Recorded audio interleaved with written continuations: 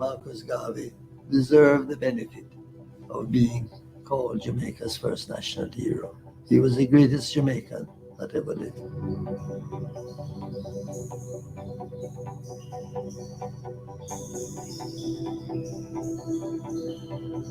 Up, you mighty race. You can accomplish what you will.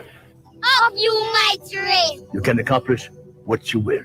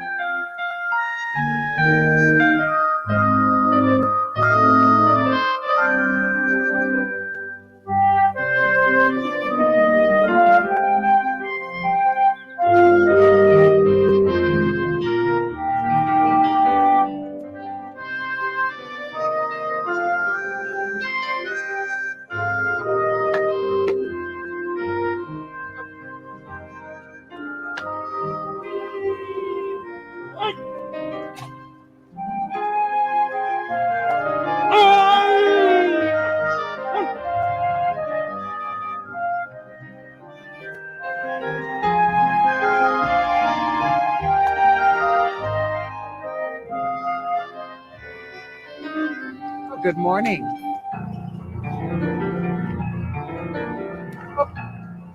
I'm Stacey Ann Smith, your opening compare, and together with Faye Ellington, I will share the privilege of guiding you through today's broadcast of the ceremony of investiture and presentation of national honors and awards for 2021. I'm delighted to extend a very warm welcome to our diverse viewing audience. Special recognition for our distinguished officials, our special honorees, and their proud families and friends, compatriots, and well-wishers who have joined us from overseas and here at home. Today's broadcast of the National Honors and Awards Ceremony of Investiture continues a pattern established since the inception of the awards in 1969 with the promulgation of the National Honors and Awards Act on July 18 of that year. We have, however, made changes to the usual live production, adapting to a virtual format. Despite the existing challenges, the government remains committed to giving due recognition to our contemporary heroes, or honorees on the 2021 Civil Honors List and the Medal of Honors List for Uniformed Services. Viewers will note the melding of two key observances in this morning's program. Segment 1 will be the coverage of the ceremonial salute to the national heroes, the annual laying of floral tributes by high officials of state and government at the monuments honoring our 7 national heroes at the National Heroes Park. Our attention will then shift to the second observance, the ceremony of investiture and presentation of awards, which will commence with a national address by His Excellency, the Governor General, at King's House. Do stay with us for these important and traditionally symbolic celebrations. At the commemorative salute to our national heroes, floral tributes will be laid by the Governor General, the Prime Minister, the Leader of the Opposition, the Chief Justice, the President of the Senate, the Speaker of the House of Representatives, and the Deputy Mayor of Kingston and St. Andrew. Please note that the procession of officials for the laying of these tributes will begin with the arrival of the Deputy Mayor of Kingston and conclude with that of the Governor General. The officials will enter via the National Heroes Park's Southern Gate to be greeted by the Honourable Olivia Grange, Minister of Culture, Gender, Entertainment and Sport, the Honourable Orlando Terrelong, Minister of State in the Ministry of Culture, Gender, Entertainment and Sport, and Ambassador Sandra Grant Griffiths, Chief of State Protocol in the Office of the Prime Minister. The officials will subsequently depart via the Northern Gate. At the end of the floral tribute, we will take you over to join the Governor General at King's House for His Excellency's address as we formally commence segment 2 of our program, the National Honors and Awards presentations. Of course, we will have engaging servings of culture and history through musical renditions and archival footage, and I'm sure you'll enjoy them. Let's now turn to the floral tributes right here at the National Heroes Park. The salute to national heroes was previously recorded with the gracious cooperation of our officials in compliance with the general restriction on public movement today. And here we see the arrival now of the State Minister in the Ministry of Culture, Gender, Entertainment and Sport, the Honourable Orlando Terrelong MP. He, along with the Minister, the Honourable Olivia Grange, are here in their official capacities to greet the officials who will be laying floral tributes for our national heroes today. There are several other officials here from the Office of the Prime Minister, the Chief of State Protocol in the Office of the Prime Minister, Ambassador Sandra Grant Griffiths and her team. And we are now awaiting the arrival of the Honourable Minister Grange. Now, this morning's ceremony, this morning's proceedings, the laying of official floral tributes is organized. It is a joint effort by the Ministry of Culture, Gender, Entertainment and Sport, the Jamaica Cultural Development Commission, and the Office of the Prime Minister. And here we see now Minister Grange alighting the vehicle, and she is joining other members of her official party from the ministry, greeted there by a uniformed member of the JCF and a member of her own team.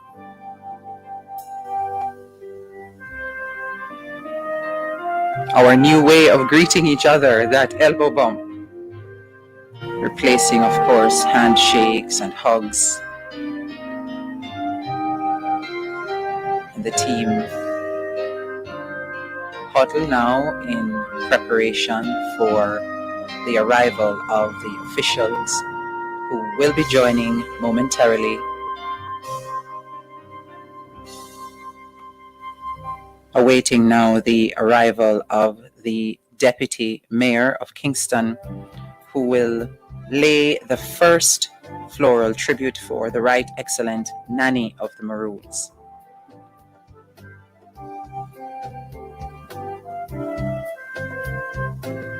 Now, Nanny, as you know, is our only female on the list of national heroes, and she will be her shrine will be the first stop this morning as we proceed with the laying of floral tributes.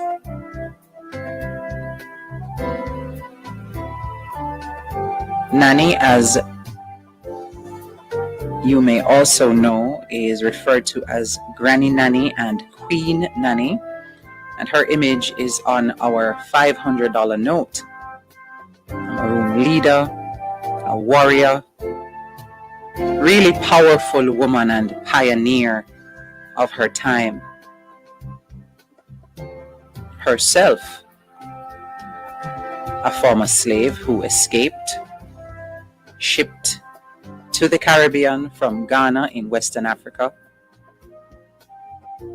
known as an outstanding military leader.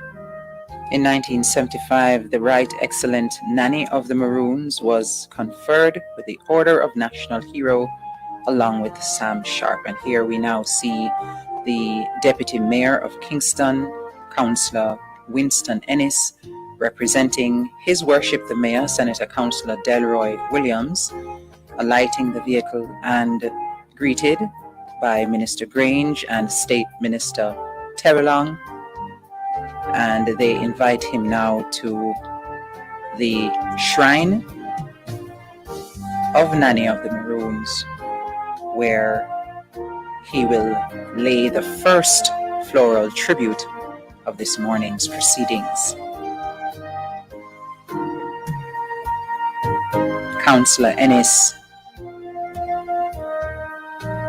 looking very sharp in that blue suit, and they make their way through the intricately designed shrine for our female heroine, or female hero, if you will, the Right Excellent Nanny of the Maroons.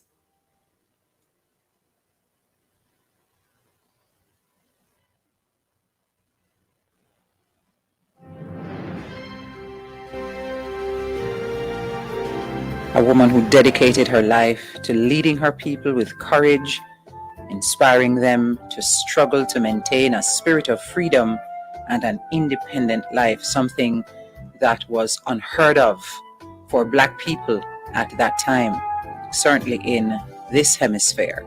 Councillor Ennis representing the Mayor, His Worship Senator Councillor Delroy Williams this morning.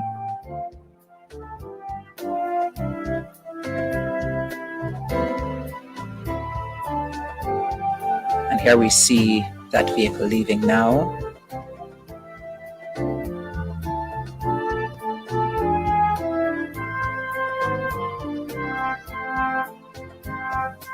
Really great shots here as we celebrate our national heroes on National Heroes Day.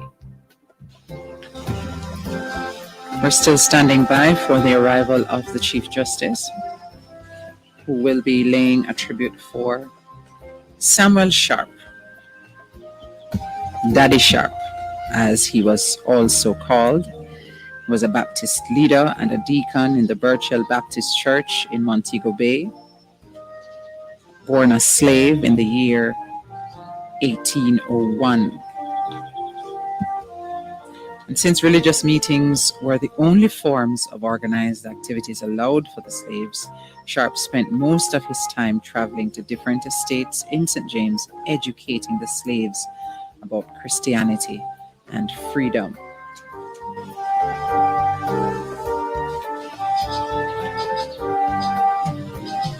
The Honorable Mr. Justice Brian Sykes, OJ, CD, Chief Justice of Jamaica, has arrived.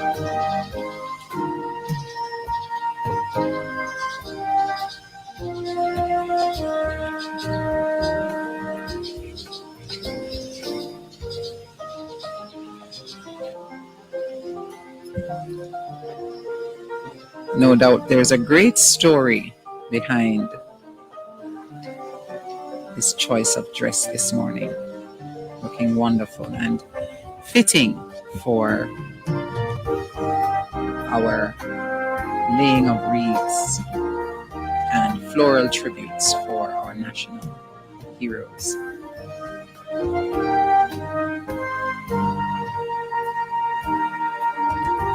Chief Justice is accompanied, of course, by the Minister Grange and State Minister Terrelong into the shrine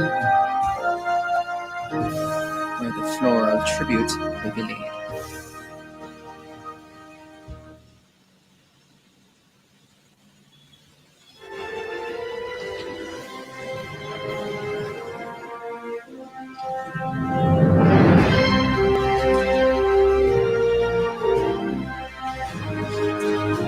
Sam Sharp was actually a very peaceful man, you know. He had no interest in a violent rebellion and came up with a plan for passive resistance.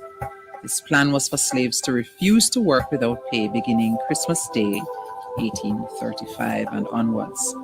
But that plan went awry when planters heard about it, and after that a non-violent rebellion was impossible. We see Chief Justice stopping for that obligatory photo opportunity with the minister. and the image of the Right Excellent Sam Sharp on that easel. And they will make their way down that walkway back into the waiting vehicle, which will exit via the northern gate.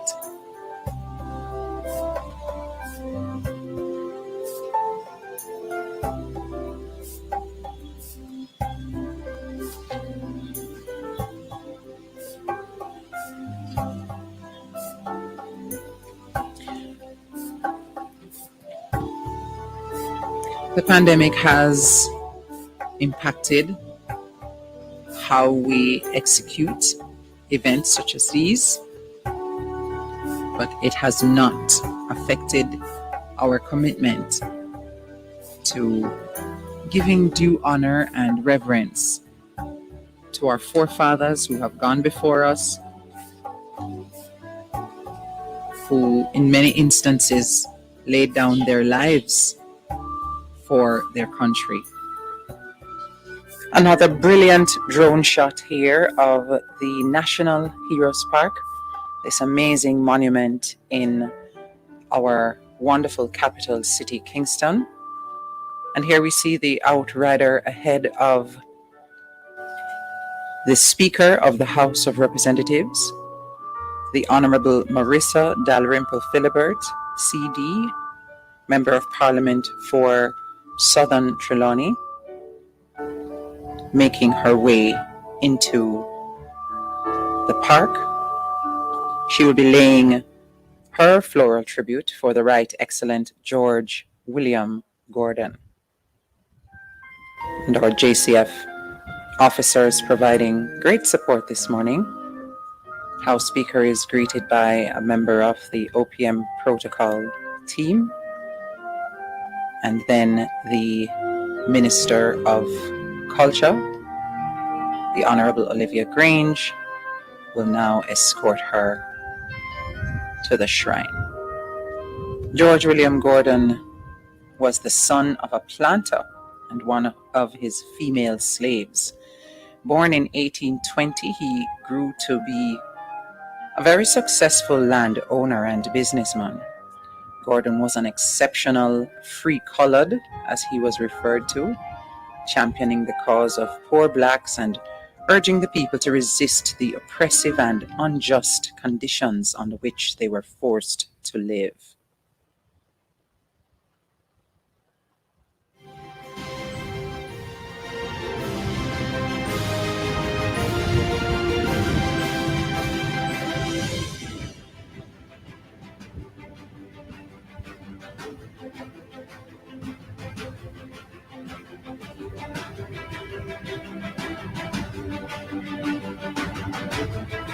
George William Gordon also subdivided his own lands, selling farm lots to the people as cheaply as possible, and organized a system through which they could sell their products, their produce, at fair prices.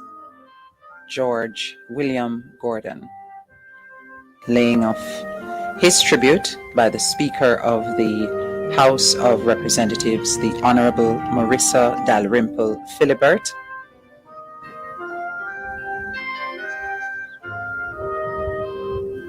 Parting words there with the Minister of Culture, and her vehicle will then depart the National Heroes Park through the northern gate.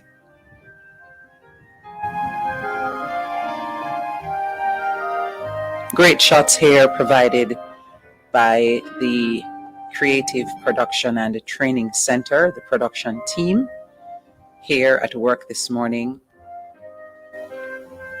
Really gorgeous images of the National Heroes Park.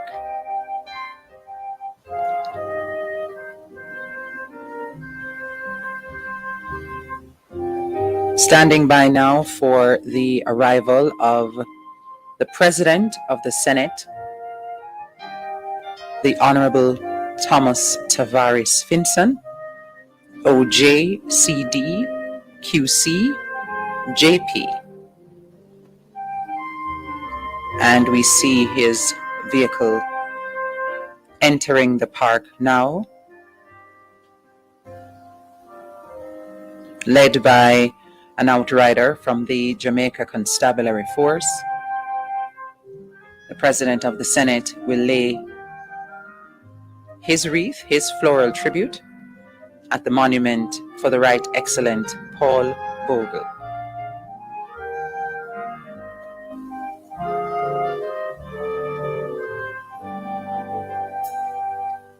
That standard salute as the President of the Senate arrives.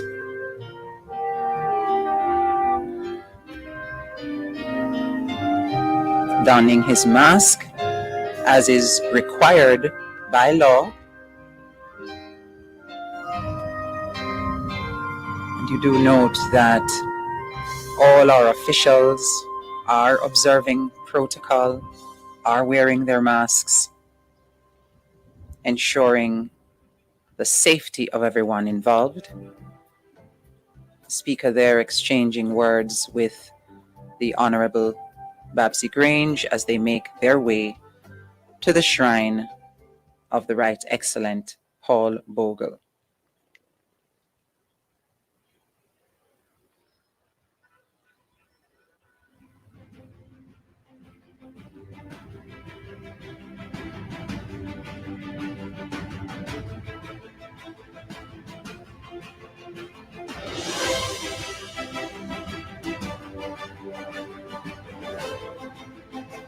Paul Bogle was a deacon of the Native Baptist Church in Stony Gut, and that famous march that led to the Morant Bay Rebellion is what he is known for. Nearly 500 people were killed and a greater number were flogged for participating in that Morant Bay Rebellion.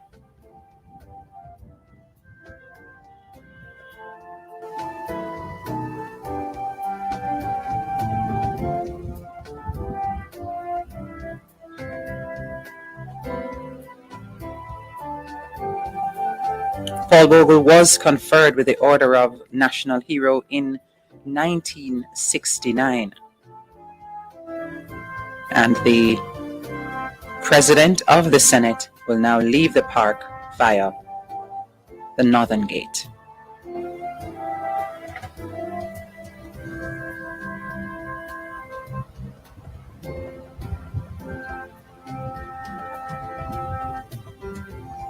Really just a beautiful space here, the National Heroes Park.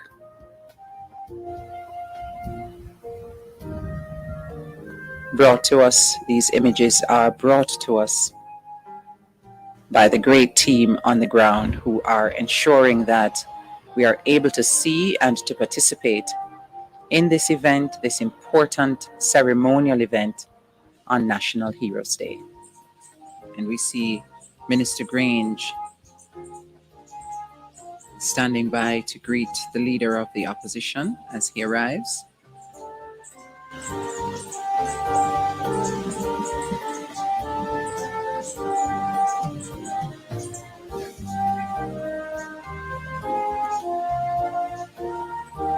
Minister Grange is accompanied by Ambassador Sandra Grant Griffiths, who together greet Mr. Golding,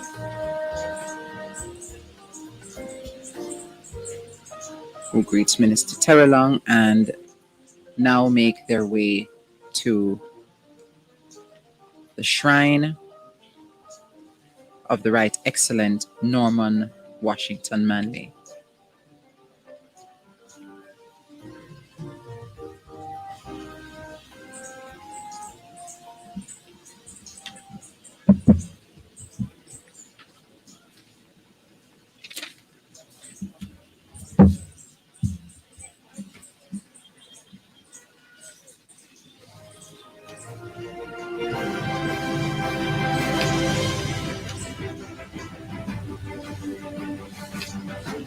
And as you may know, Norman Manley spent most of his life speaking for the rights of the Jamaican people, founder of the People's National Party, a brilliant scholar, athlete, lawyer, and politician.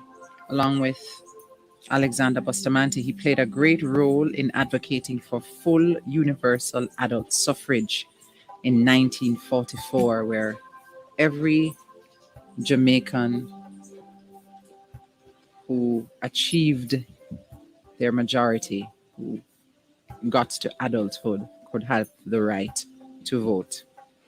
In 1955, he was elected Chief Minister of Jamaica and chaired the committee that negotiated Jamaica's independence from Britain.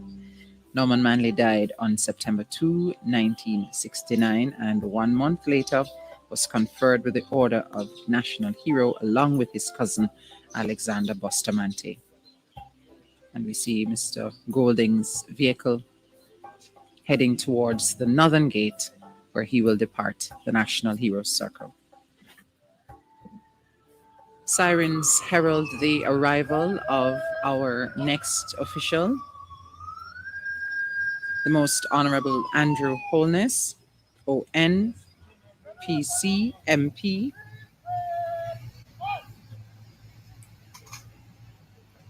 His entourage enters the National Heroes Park through the southern gate.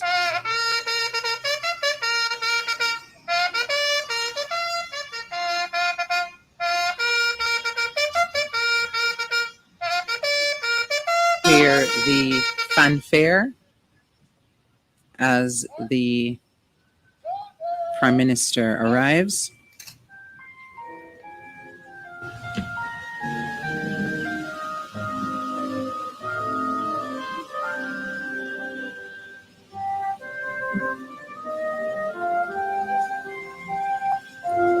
The Honourable Minister Olivia Babsy Grange, the Chief of State Protocol, Ambassador Sandra Grant Griffiths, and State Minister Alondo Terrelong all greet the Prime Minister, who then makes his way to lay a floral tribute, and they head to the shrine for the Right Excellent Alexander Bustamante, member of the JCF there, bringing along the floral tribute.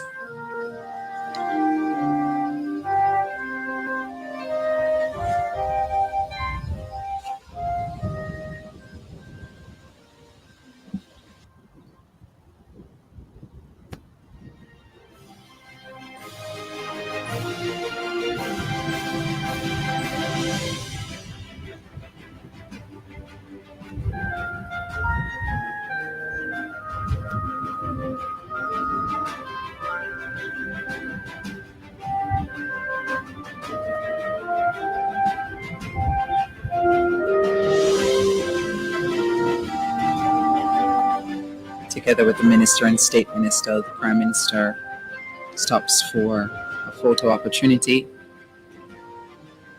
and a few words with a senior member of his cabinet.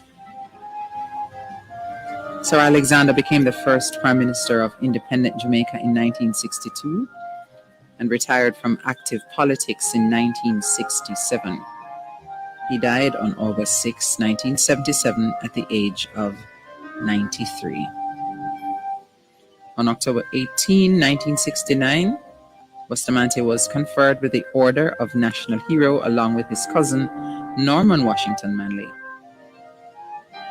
And even with the masks, you can see that they are sharing a light moment. You can see those smiles, Ambassador Griffith smiling and the Prime Minister smiling.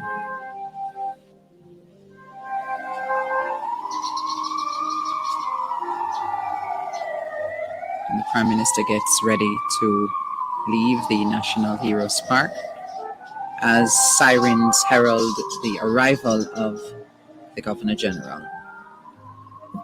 This is the salute to our national heroes at the National Heroes Park here in Kingston, Jamaica.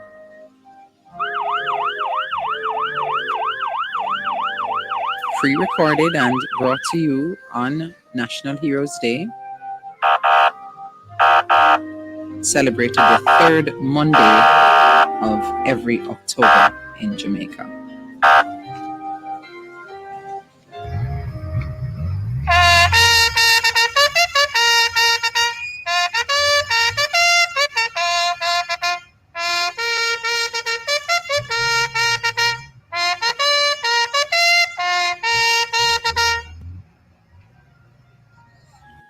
And the fanfare heralds the arrival of the Governor General, His Excellency the Most Honorable Sir Patrick Allen, who now arrives via the Southern Gate.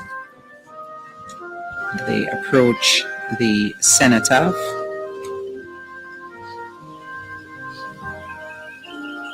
Young Garvey grew up in poverty, left school and started working at the age of 14 as an apprentice to a local printer. Started the Universal Negro Improvement Association, the UNIA, in Jamaica at the age of 26. One of Jamaica's proudest sons and ambassadors. A man that was well ahead and way ahead of his time. And we see the Governor General's vehicle.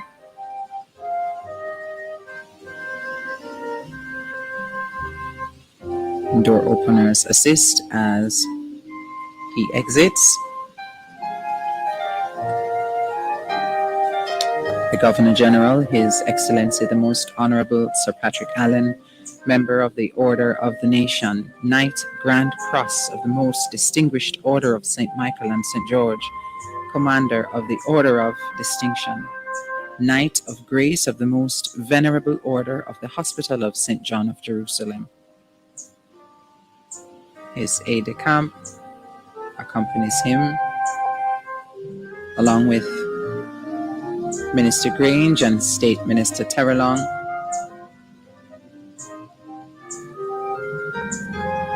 They approach the shrine of the Right Excellent Marcus Mosiah Garvey.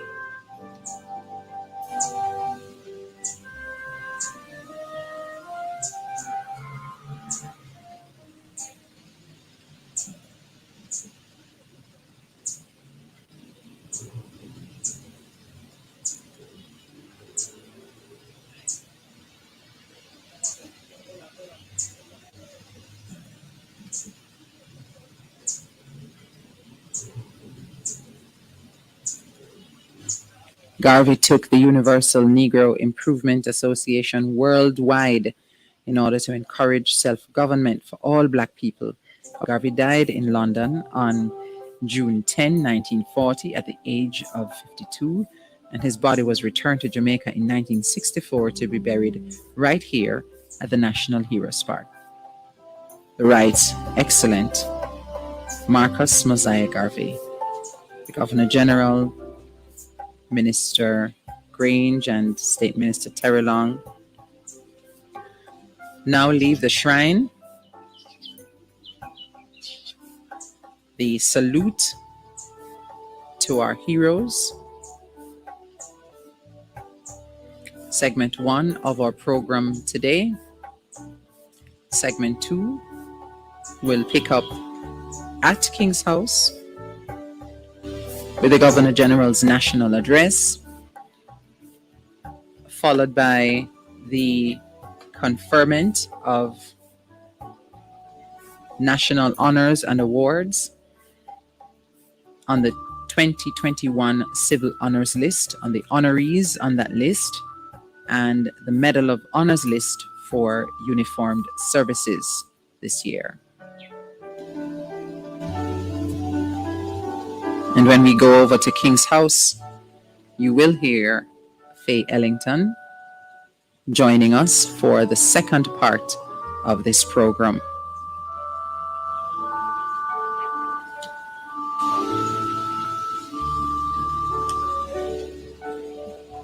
The Governor General will depart the National Heroes Park, as other officials have done, through the northern gate.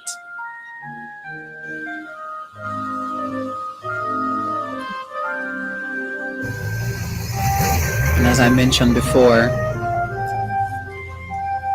the laying of tributes will be followed by segment 2 of our program.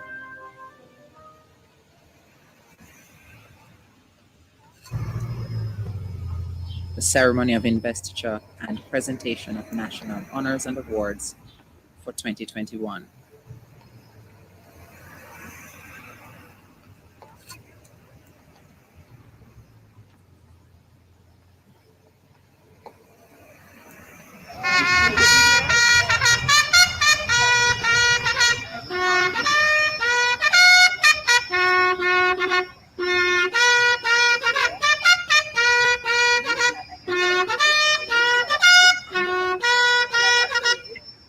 Fanfare of trumpets as the Governor General departs the National Heroes Park.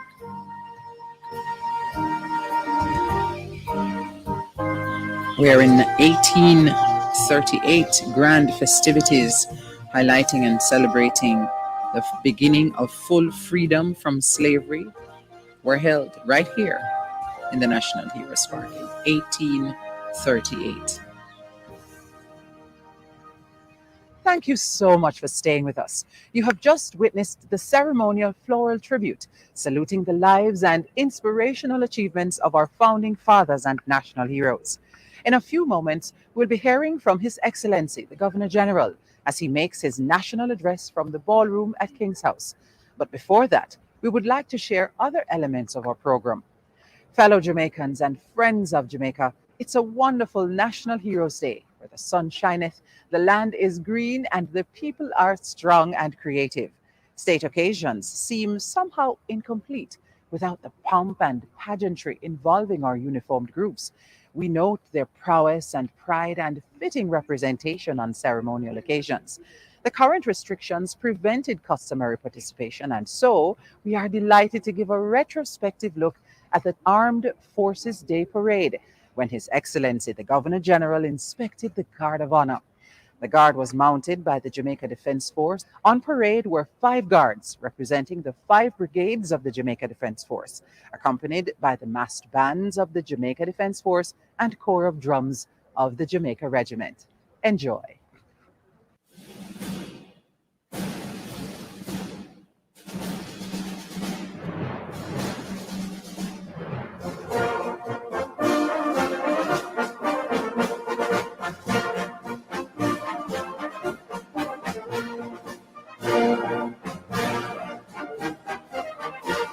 Welcome to Armed Forces Day at Upper Camp, the home of the Jamaica Defence Force.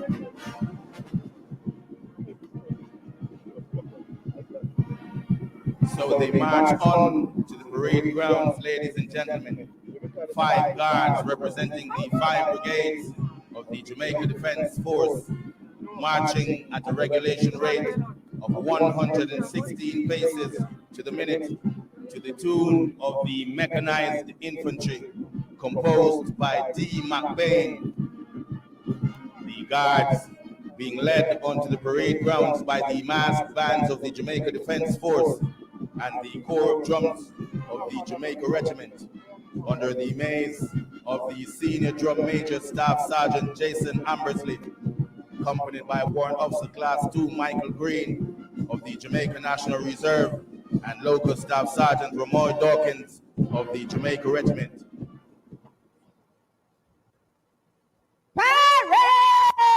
Parade! Out! The parade is now halted and will be dressed by the center. The parade will advance. 8, 10.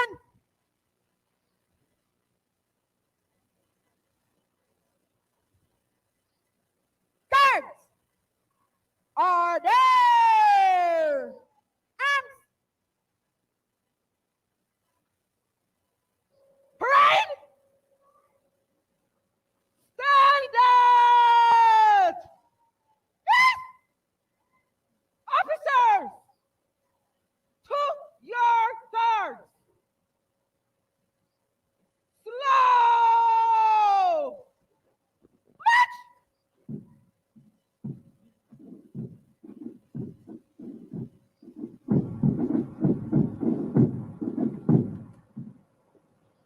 Having fell in the officers, the parade's second in command, Major Tanya Spence, now prepares to hand over to the parade commander. The parade commander is Lieutenant Colonel Warrington Dixon.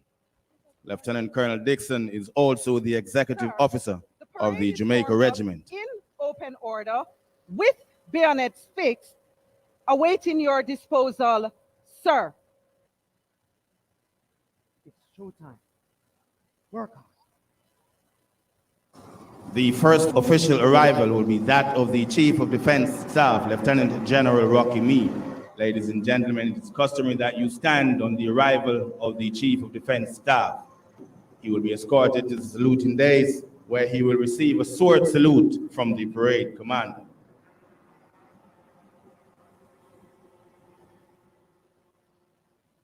The second official arrival will be that of the Prime Minister, the Most Honorable Andrew Holness. The Prime Minister is also the Minister of Defense. The Prime Minister will be met by the Chief of Defense Staff, Lieutenant General Rocky Meade, and escorted to the saluting dais, where he will receive a general salute from the parade. Present! Heart!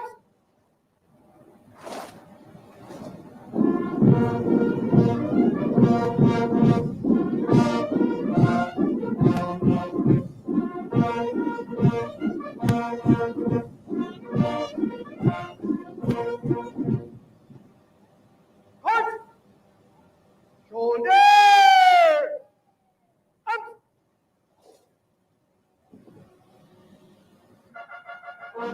The third official arrival will be that of His Excellency, the Governor General, the Most Honorable Sir Patrick Allen. The Governor General will be met by the Chief of Defense Staff, Lieutenant General Meade, and escorted to the saluting dais, where he will receive a royal salute from the parade. Heart! Royal salute! Present!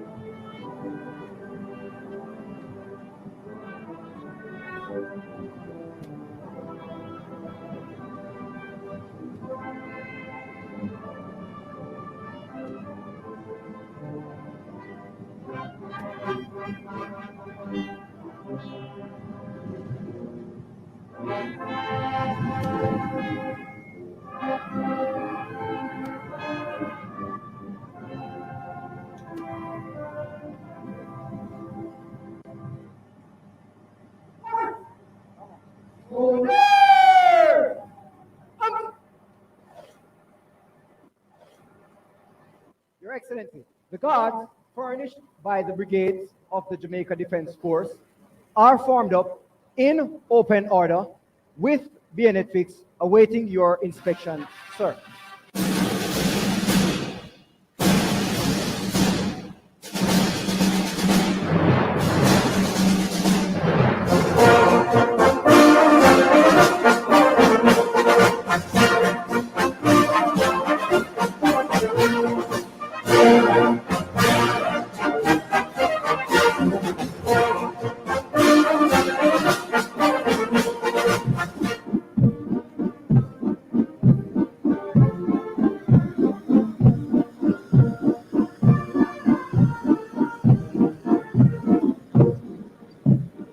Having completed the inspection, His Excellency, the Governor General, will now return to the saluting dais.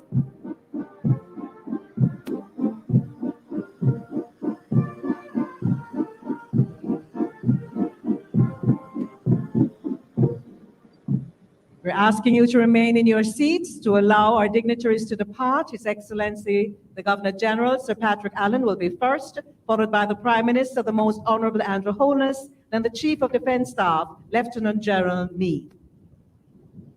So as the vehicle for His Excellency, the Governor General, is about to pull away from the point, you will notice that his identifying standard will be slowly lowered, indicating that His Excellency, the Governor General, has left the parade grounds. The vehicle for the Honorable Prime Minister comes now to the point. As the Prime Minister enters the vehicle and departs, you'll see his identified standard also being lowered. This signifies that the Prime Minister, the Most Honorable and Her Holiness, has left the parade grounds. Lieutenant General Meade and Mrs. Meade bids farewell. And as they board the vehicle and departs the grounds, ladies and gentlemen, you will notice that the Chief of Defense Staff identifying standard is also lowered, will be folded to indicate that the Chief of Defense Staff, Lieutenant General Meade, has left the parade grounds. The guards will now be marched back to the former point under the command of the parade Regimental Sergeant Major Warrant Officer 1 Christie, where she will conduct dismissal procedures. Guards! Shoulder! Up!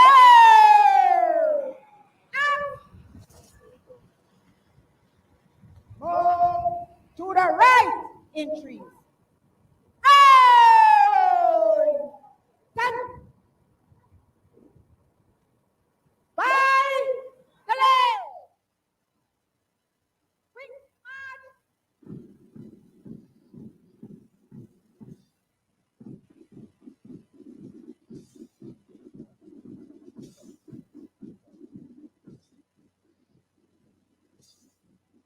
How about another round of applause for the Armed Forces of Jamaica?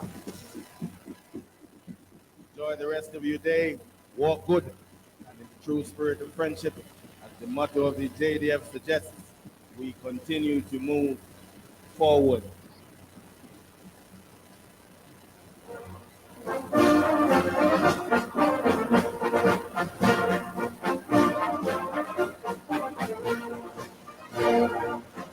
Ladies and gentlemen, good morning.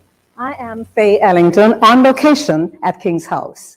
We now segue into the second segment of today's program, the presentation of national honors and awards for 2021. One of the traditions of this annual ceremony is the infusion of cultural presentations to enhance the proceedings. I'm pleased to announce that we have lined up for you some splendid performances by an array of Jamaican talent. But more on that as the day progresses. We begin with a national address by the Governor General, His Excellency, the Most Honorable Sir Patrick Allen. Sir Patrick is the 5th native Governor General of Jamaica to be appointed since our Declaration of Independence in 1962. In a moment, His Excellency will descend the steps behind me. He'll be formally attended by his aide-de-camp, Major Dwayne D. Hill of the Jamaica Defense Force.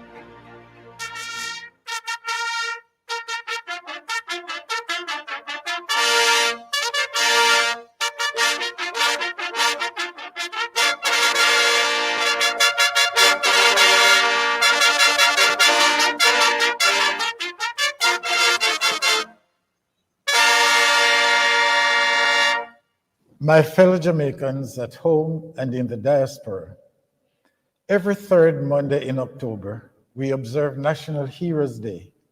And today, as we have done since 1969, we honor our national heroes. Since 1973, we have also recognized individuals who are working untiringly and courageously to build Jamaica in the areas of their skills, training, and education. We welcome you warmly to this virtual ceremony for the bestowal of honors to deserving individuals who have rendered service and demonstrated loyalty to Jamaica. The challenges of the times, especially with the COVID-19 pandemic, have caused us to modify the delivery of this ceremony, thankfully, in a way that everyone gets an opportunity to be a part of it. Pandemics are not new to us in Jamaica, as we have experienced cholera, the Spanish flu, and others. But we came through by following the guidelines given and practicing good health habits. In 1893, a cholera epidemic spread throughout the city of St. Petersburg in Russia. The world-famous musician Tchaikovsky, who was living in the city, ignored the warnings given by health officials and drank water that was not boiled. The germs from the disease invaded his body, and he died needlessly at the age of 53. Many of our fellow Jamaicans are also ignoring the health protocols which are given to keep us safe from the deadly coronavirus, and are following opinions which are not helpful to us, nor the persons with whom we associate. I use the opportunity on this Heroes Day to encourage you to follow the guidelines given by the Ministry of Health and Wellness, your medical professionals, and interestingly, the Christian Bible, which also has guidelines and practices for healthy living. Today, we are facing a trifecta of deadly challenges. 1, the COVID-19 pandemic. 2, the escalation in crime and violence. And 3, road traffic accidents resulting in unprecedented fatalities. These are crises from which we must emerge and stay on track with our developmental goals. From these difficult times, we hope that new heroes will emerge to set the pace and provide inspiration for generations following. Let us take some time today to relax, reflect, and enjoy this beautiful ceremony. I extend my gratitude to the relevant ministries, departments, agencies, and of course, the Office of His Excellency, the Governor General and staff that made this event possible. As Chancellor of the Society of National Honors and Awards, I congratulate all 215 deserving recipients and express my best wishes to you. May God bless you abundantly and bless Jamaica, land we love.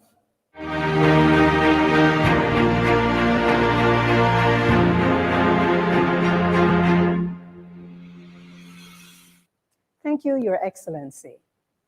The National Honors and Awards Act, which was promulgated on the 18th of July, 1969, made it possible for the nation to recognize those who, by their service and contribution, have had a meaningful and significant impact on national life. The Act indicates that formal recognition of service to Jamaica and its citizens may be given by the conferment of a decoration or insignia of one of the orders of the 6 societies of honor established under the provisions of the Act. We now refresh our minds on key elements of the National Honors and Awards system, courtesy of the Jamaica Information Service, to lead us into the 2021 Investiture ceremony. I pledge my heart forever to serve with humble pride. The National Honors and Awards ceremony is held each year on Heroes Day to formally recognize the services and meaningful contributions of many of our Jamaican citizens. This formal recognition is conferred through the orders of the Societies of Honor and National Awards and by the award of the Badge of Honor and the Medal of Honor. The orders are in various categories. The orders number 6 main orders in order of importance, and after the orders there are the badges and also medals of honor. The senior most order is the Order of National Hero, and that is the award given to those deemed to be national heroes. Each of the orders have a motto, and the motto designates the value. So for the national hero, the motto is he built a city which had foundations, given the depth of the contribution. The next order in rank is the Order of the Nation. And this is the award given to governors general and prime ministers. And that order is designated by the suffix "on" at the end of the names. The motto for the Order of the Nation is "One Nation Under God." Oh, green, I love the The next ranked order is the Order of Excellence.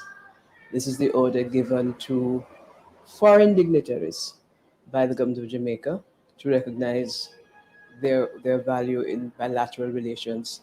And the motto for the Order of Excellence is Excellence through Service. The Order of Merit is ranked next, and this may be conferred upon any citizen of Jamaica or distinguished citizen of another country who has achieved international distinction. A member of this order is styled the Honorable. This order is not conferred upon more than 2 persons in any 1 year, and the motto of the order is "He that does truth comes into the light." After the Order of the Merit comes the Order of Jamaica, and that order's motto is "For a Covenant of the People." And then we come to the Order of Distinction, which motto is "Distinction through Service." And those are given in 2 levels, the Commander class and the Officer class. Oh, green, I love the evenings, Jamaica strong and free. All bounds and loyal promises, wars and peace to thee. After those orders, so these are the orders, the 6 orders, then comes the badges, and the badges are given for specialized areas such as gallantry, long and distinguished service, long and faithful service actually called, efficient service in terms of the uniform groups, good conduct for the uniform groups as well, and also for meritorious service in a particular field. To be eligible for any of those awards, it's a simple application process. Anyone is allowed to nominate who they consider to be a laudable individual for an award. Fill out the form, attach a resume and justification for the award. Nominations open on the first working day in January of each year and close at the end of March. The forms are accessible at the Chancery, Jamaica House, or from government ministries, departments, and agencies. Nominations come into the Chancery and Protocol Department of the Office of the Prime Minister, which is the area given the responsibility for managing the National Honours and Award system. Once they come into us, they are collated carefully, and then meetings of the subcommittee of cabinet are held, and they would go through the nominations carefully. They would make recommendations to the Prime Minister with a final list. That list would be taken to the cabinet, and again, it's considered by full cabinet. And after the cabinet has gone through and the recommendations are made, then the list goes to the Governor General, sent by the Prime Minister for his approval. Following that intricate, detailed, and carefully done selection process, the awards are announced in the press on Independence Day, August 6. I pledge my heart forever to serve with humble pride. The JIS, its archives and production team, continue to prove to be a national resource in making this and other enlightening features available to the public.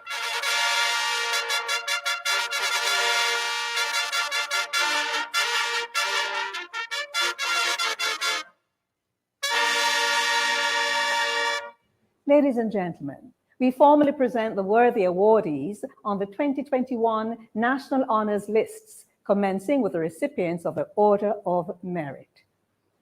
His Excellency the Governor General, acting in accordance with the provisions of the National Honours and Awards Act, has been pleased, on the advice of the Prime Minister, to give orders for the conferment of the Order of Merit upon the following person with effect from the 6th day of August, 2021. Professor Donald Jasper Harris, for outstanding contribution to national development. Professor Donald Harris is a prominent Jamaican-born economist and professor emeritus at Stanford University. Professor Harris was the first Black person to receive tenure in Stanford's economics department. He served at various times as an economic consultant to the Jamaican government and advisor to various prime ministers. The National Industrial Policy promulgated by the government in 1996 and the Growth Inducement Strategy of 2011 are notable outcomes of these efforts. Professor Harris is the father of the 49th and current Vice President of the United States, Kamala Harris. Congratulations to Professor Harris as we proceed next to recognize the honorees in the category of the Order of Jamaica.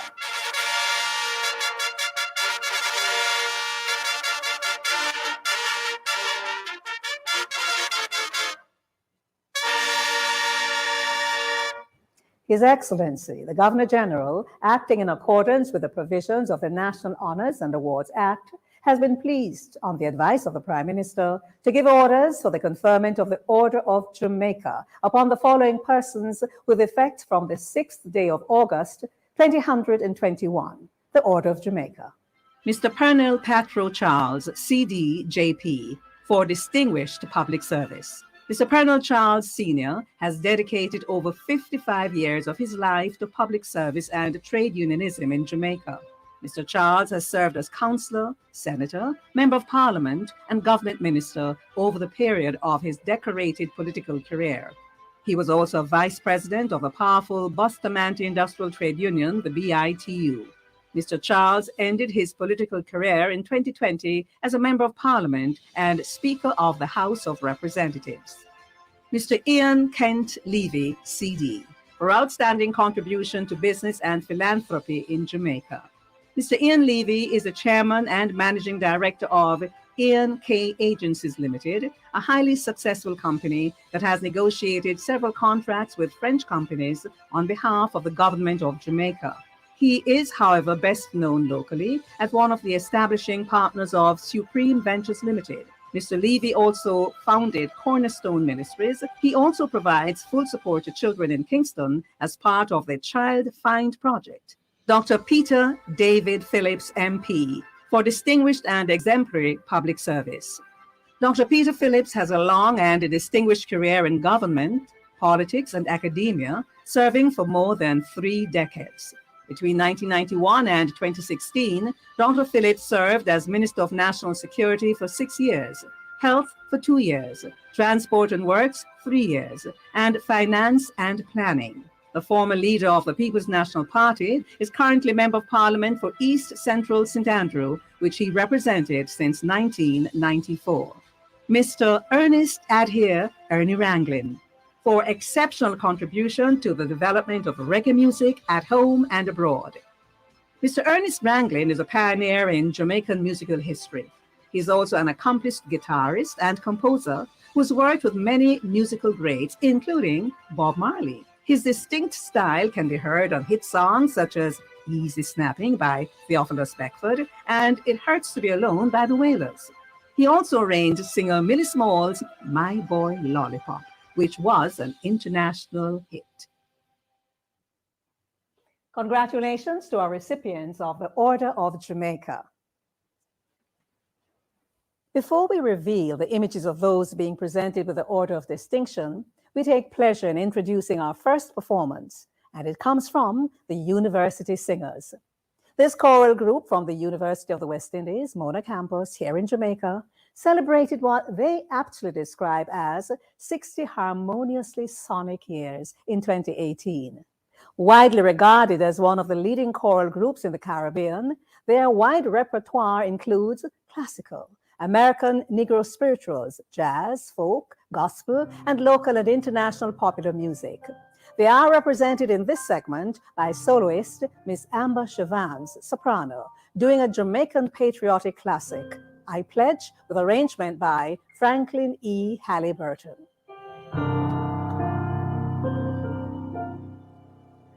I pledge,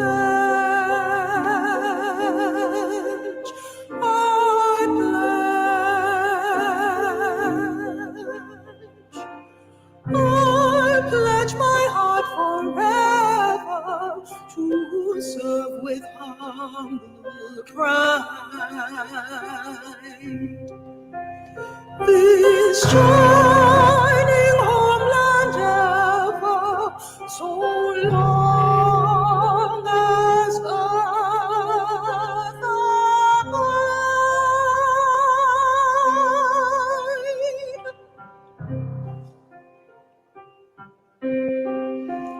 I pledge my heart this island as God and faith shall live.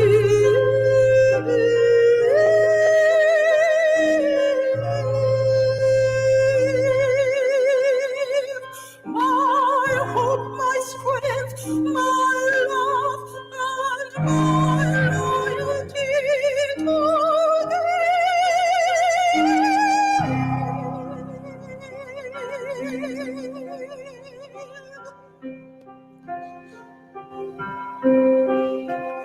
Oh, green, I love the Indies, Jamaica strong and free.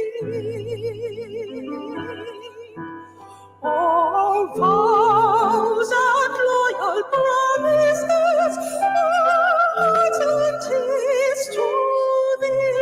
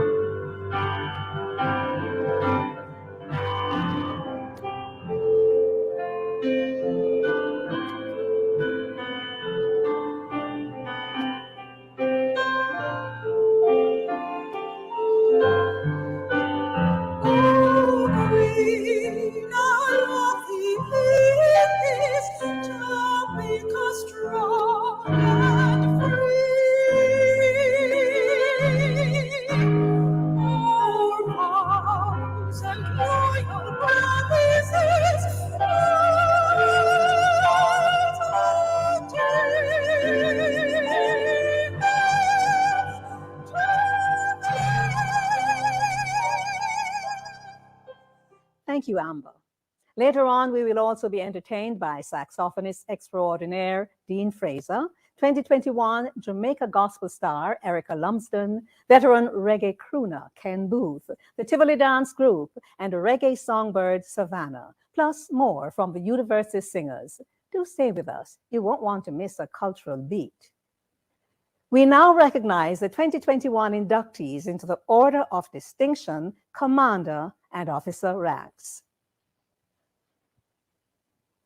His Excellency, the Governor General, acting in accordance with the provisions of the National Honors and Awards Act, has been pleased, on the advice of the Prime Minister, to give orders for the conferment of the Order of Distinction upon the following persons with effect from the 6th day of August, 2021.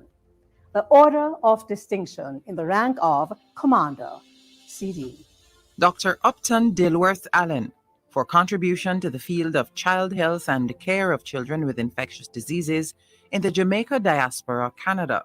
Dr. Upton Allen is Professor of Pediatrics at the University of Toronto. He holds the positions of Chief, Division of Infectious Diseases, and Senior Associate Scientist in the Research Institute, both at the Hospital for Sick Children.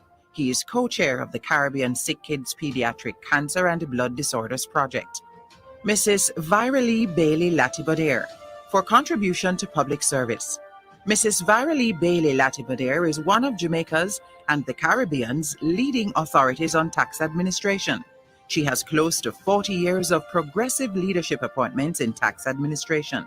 Her diligence and exceptional capabilities led to her appointment as the first Commissioner General of Tax Administration Jamaica in 2011. Mr. Aston Family Man Barrett, for contribution to the development of reggae music both locally and internationally.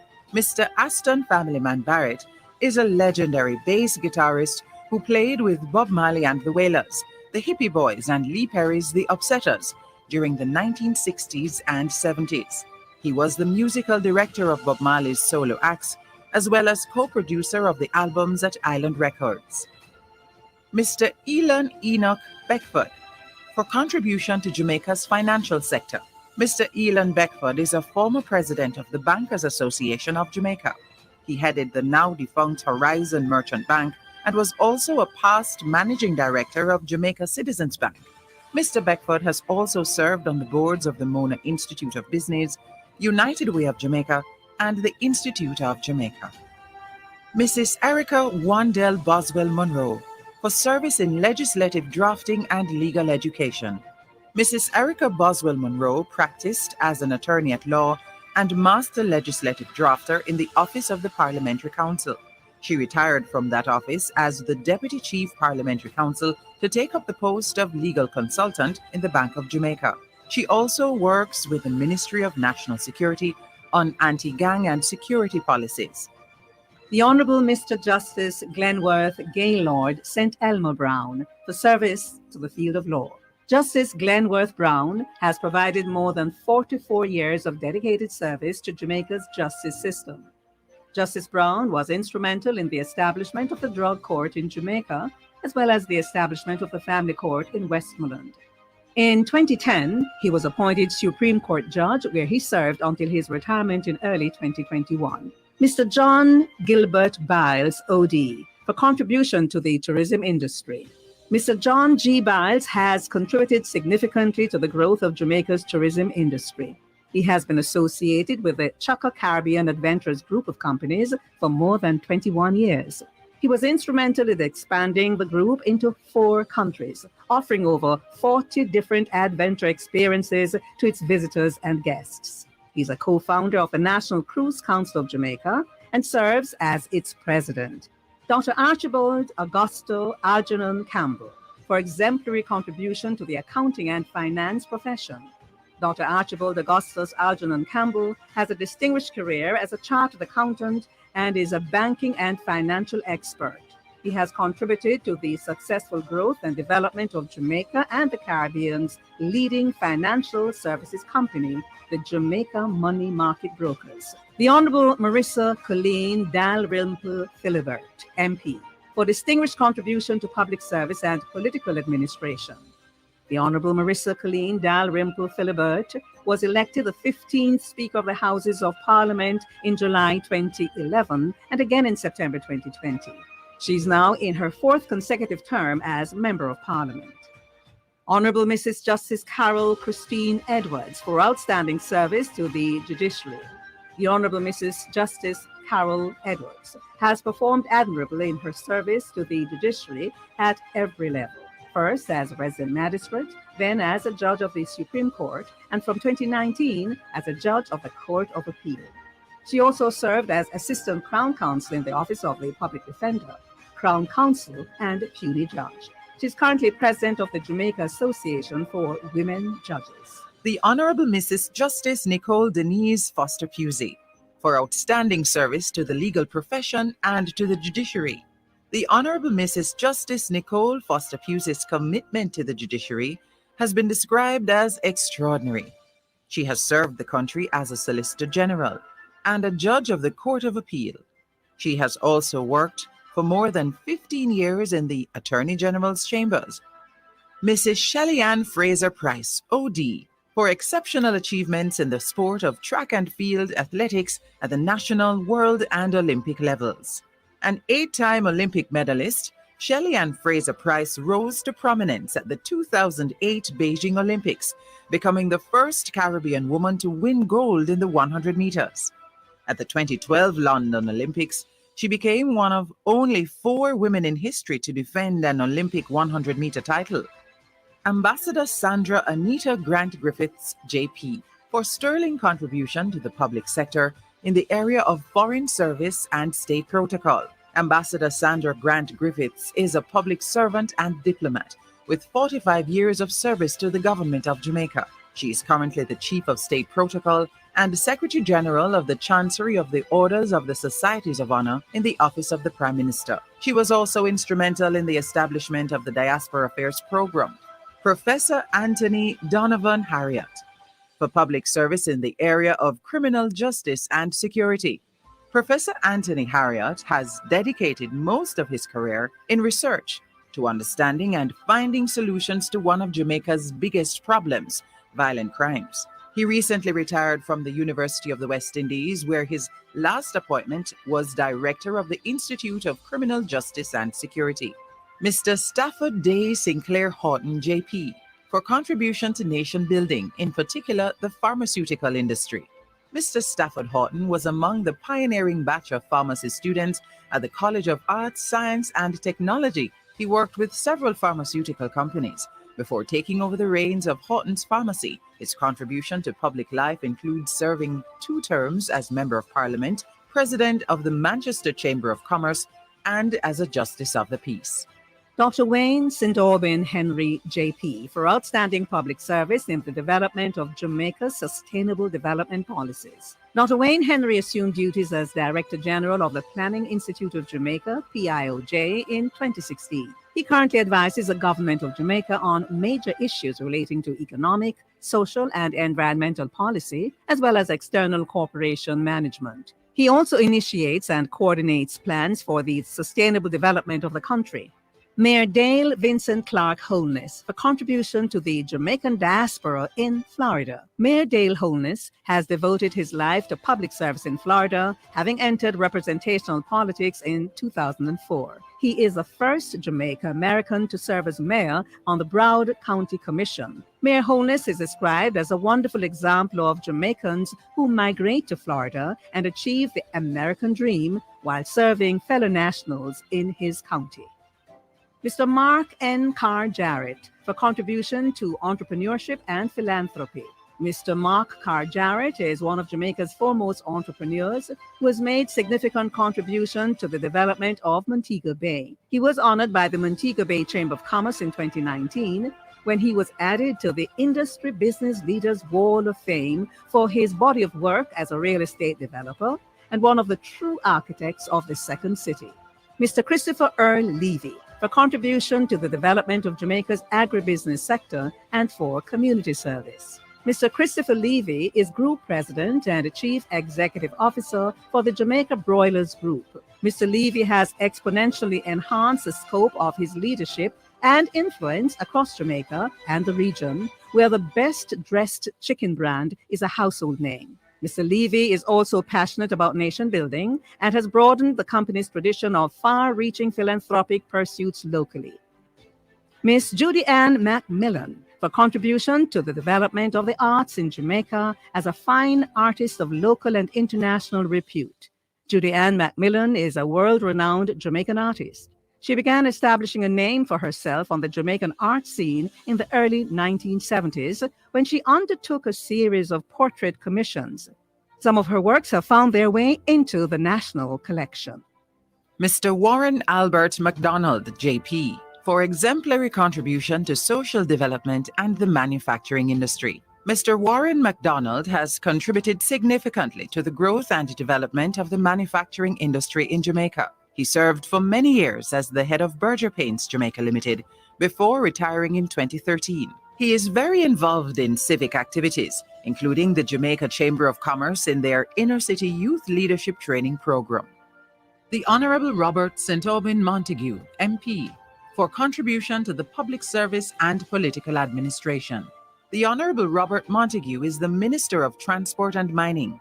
He has served the parish of St. Mary for 3 decades, first as a councillor for the Karen Hall Division, then as chairman of the St. Mary Parish Council and mayor of Port Maria, where he fiercely advocated for the people of his community. He is the current Member of Parliament for Western St. Mary. Mr. Ainsley Hugh Powell, for contribution to tax administration and revenue collection systems. Mr. Ainsley Powell is known in the business world as the tax guru. He has been the Commissioner General for Tax Administration Jamaica since 2014. Mr. Powell was also commissioner of the former Taxpayer Audit and Assessment Department. He served too as Jamaica's representative to the Caribbean Organization of Tax Administrators and the Inter-American Center of Tax Administrations. Ms. Jacqueline Fidalis Pusey, for contribution to sports, in particular the Jamaica Athletics Program. At the age of 16 years, Jacqueline Pusey became the youngest Jamaican to represent the country at the Montreal Olympics in 1976. In 1981, Ms. Pusey set 2 championship records to win the 200 meters and 400 meters at the Central American and Caribbean Championship. For her efforts, she was awarded Jamaican Sportswoman of the Year. Mr. Walter Horatio Scott, for outstanding public service in the field of law. Mr. Walter Scott has been a practicing attorney since 1985. He served as Crown Counsel in the Office of the Director of Public Prosecutions before spending over 32 years in private practice. He serves on numerous boards. He is also the president of the Kingston Cricket Club and is a director of Mayberry Investments and Sabina Park Holdings Limited. Dr. Premanand Mangal Behari Singh for outstanding dedication and service to the field of sports. Dr. Singh has served as a voluntary member of the medical delegation for Jamaica at local and international sporting events, including the Commonwealth Games, Central American Games, and Pan American Games. He's a member of the medical committee of the International Federation of Netball Associations. He was honored by the International Olympic Committee for volunteerism in sport in 2001. Mrs. Mercedes Elisa Sadie Soas for pioneering contribution to the development and growth of Jamaica's fashion industry. Sadie Soas, as she's known in the fashion world, is a widely acclaimed fashion designer with over 30 years in the field. She's worked as assistant designer at Vogue Fashion House. She's dressed well-known figures including beauty queens, models, and wives of former governors general and prime ministers. Mrs. Elaine Sandra Lee Thompson Hero for exceptional achievements in the sport of track and field athletics at national, world, and Olympic levels. Mrs. Elaine Thompson Hero is the fastest woman alive and the second fastest ever. She is the second person and first woman to win 4 Olympic gold medals in the 100 and 200 meters. Elaine won 3 gold medals at the Tokyo 2020 Olympics in the 100, 200, and 4x100 meters relay. Mrs. Carmen Evelyn Tiplin for service to Jamaica in the fields of communication and the arts. Carmen Evelyn Tiplin has served for more than 50 years in the field of communications in both the private and public sectors. Mrs. Tiplin is credited with guiding the modernization of the Jamaica Information Service between 2000 and 2006. She's also a playwright who's made significant contribution to Jamaican theater. Mrs. Tiplin has received recognition for her outstanding work, including the Governor General's Achievement Award. Posthumous award to Mrs. Sybil Felicia Waller for outstanding contribution to the education sector. She served as principal of the Jonestown Primary School up to her retirement in 2000. Mrs. Waller is credited with transforming Jonestown Primary into a modern institution with state-of-the-art equipment. She also mentored thousands of children in the Jonestown community. His Worship the Mayor, Senator Councillor Delroy Hugh Williams, for contribution to the public service in the area of local government.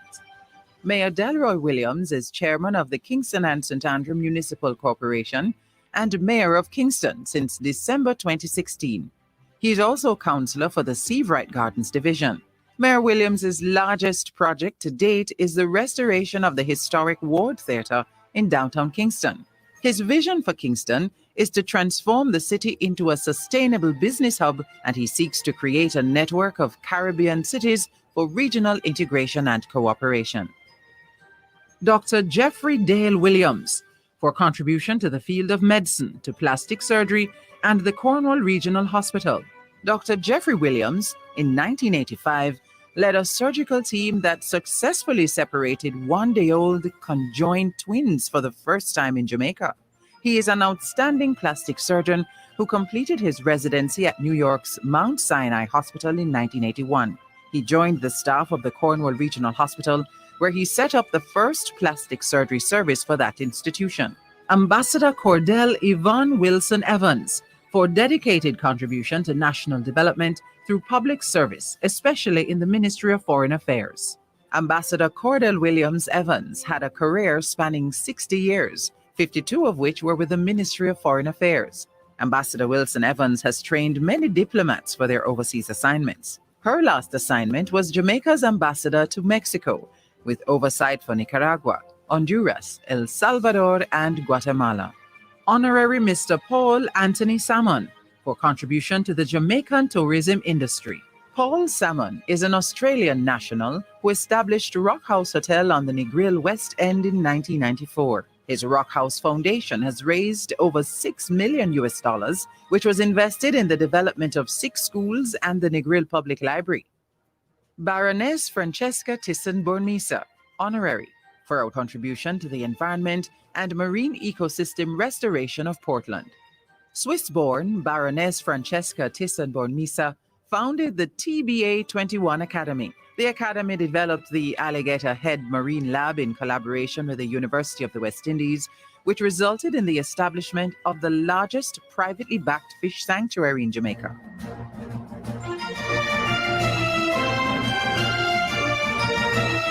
Congratulations to the recipients of the Order of Distinction, Commander Class. As we prepare to move on to the recognition of those conferred with the Order of Distinction in the rank of officer, we ask our next performer, himself a past recipient of this particular national honor in recognition of his work in the arts, to herald the way. He is regarded as Jamaica's most outstanding saxophonist and has the distinction of playing on the tracks of hundreds of reggae recordings by some of our most renowned reggae artists. Ladies and gentlemen, with a Jimmy Cliff classic, Many Rivers to Cross, let's welcome Mr. Dean Fraser, a member of the Order of Distinction in the rank of officer.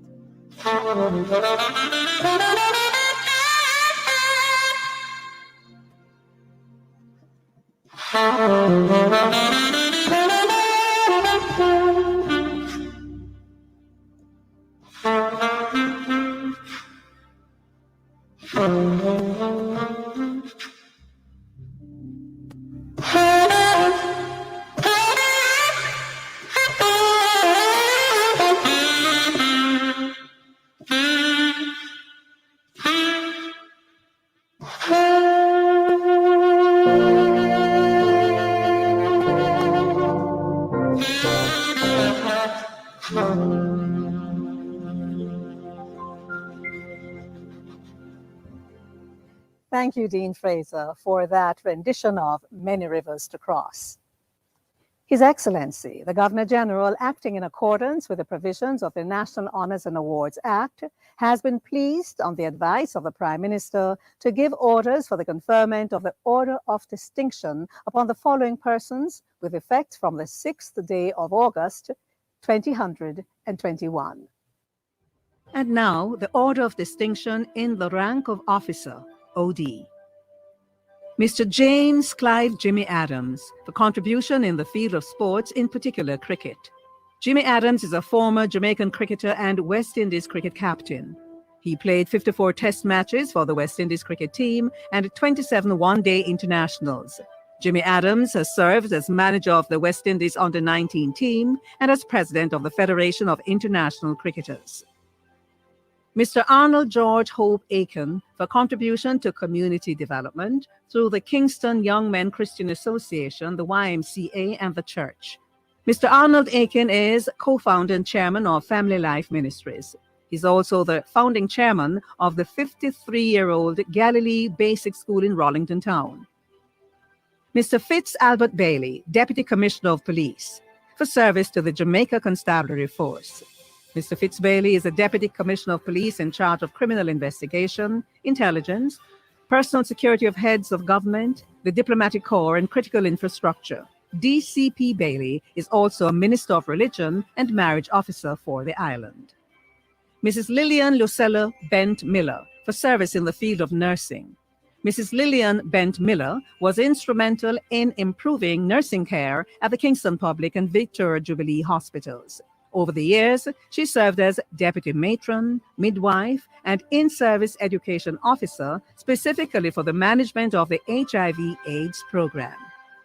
Dr. Kevin Kenyon Allen Blake, Deputy Commissioner of Police for service to the Jamaica Constabulary Force. DCP Kevin Blake has made significant contributions to the transformation and modernization process of the Planning, Research, and Development branch of the Jamaica Constabulary Force. Colonel Ricardo Stanford Blidgen, for service to the Jamaica Defense Force. Colonel Blidgen has given 27 years of distinguished service to the Jamaica National Reserve. In September 2020, he was appointed Brigade Commander of the Jamaica Regiment, National Reserve, where he continues to give commendable service. Mr. Sylvester Nathaniel Bryan, for service in the field of education. Mr. Sylvester Bryan has given over 50 years of service in education. In 1971, he became the first vice principal of the New Denby Junior Secondary School. He was later appointed principal of the Lioneltown Junior Secondary School and was also involved in directing the changes to Bustamante Secondary School and the Bustamante High School. Mr. Kirk Gervais Buchanan, JP, for contribution to television production and the broadcasting industry. Broadcast media and video production specialist Kirk Buchanan has been working behind the scenes in the broadcast industry for more than 40 years, leading various teams. He has coordinated many events for national and international broadcasts, including the annual Grand Gala. Colonel David Chin Fong, for service to the Jamaica Defense Force. Colonel David Chin Fong has given 29 years of distinguished service to the Jamaica Defense Force. He has served as staff officer in charge of personnel and administration, commanding officer of the JDF Coast Guard, and Inspector General at the JDF headquarters. Major Audrey Andrea Christie, for service to the Jamaica Defense Force. Major Christie was the first female service member to be appointed regimental sergeant major for the 1st Battalion Jamaica Regiment, the highest unit appointment for an enlisted member in an infantry unit in the JDF. She has also served as Force Sergeant Major, the highest force appointment for an enlisted member. Mrs. Faith Sheila Patricia Clemmings for service in the field of education. Mrs. Faith Clemmings has given over 20 years of service to the areas of education, religion, and community service. She was employed as a teacher of Spanish at several high schools and later became principal of the Montego Bay High School for Girls. She has also done extensive community work in dispute resolution. Ms. Helen Joy Douglas for service in the field of education. Ms. Helen Douglas has been an educator for more than 37 years. She was the first woman to be appointed vice principal of Kingston College, a position she held for many years and up to the time of her retirement. Her commitment to excellence, devotion to duty, dedication to discipline, professionalism, and love for teaching is unmatched. Mr. Winston Lee Ennis for dedicated service to local government.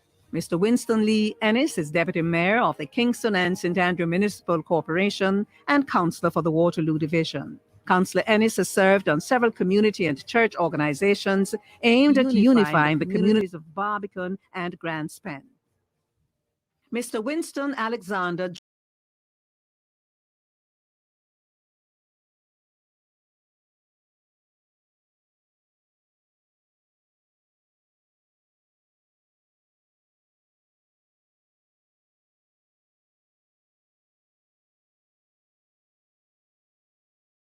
the chorale at 4 state funerals. Mr. Lloyd Anthony Judge Ferguson for contribution to reggae music locally and internationally as a member of the Mighty Diamonds. Lloyd Judge Ferguson is a reggae recording artist and songwriter. In 1969, he teamed up with lead vocalist Donald Tabby Shaw and harmony vocalist Fitzroy Bunny Simpson and formed the band the Mighty Diamonds. The group was known for their smooth harmonies and choreographed stage shows. Lieutenant Colonel retired Linton Percival Gordon for service to the Jamaica Defense Force. Lieutenant Colonel Gordon retired from the Jamaica Defense Force on September 29, 2007, after 26 years of loyal and dedicated service. Throughout his tenure, he held several positions where he performed at a high standard. He also provided sound legal advice to the force on several highly important matters. Mr. Patrick Livingston Gordon for service in the field of engineering. Mr. Patrick Gordon is an engineer with more than 30 years of service. He was instrumental in the redesign and reconstruction of the cricket pitch square at Sabina Park after an aborted cricket match in 1998.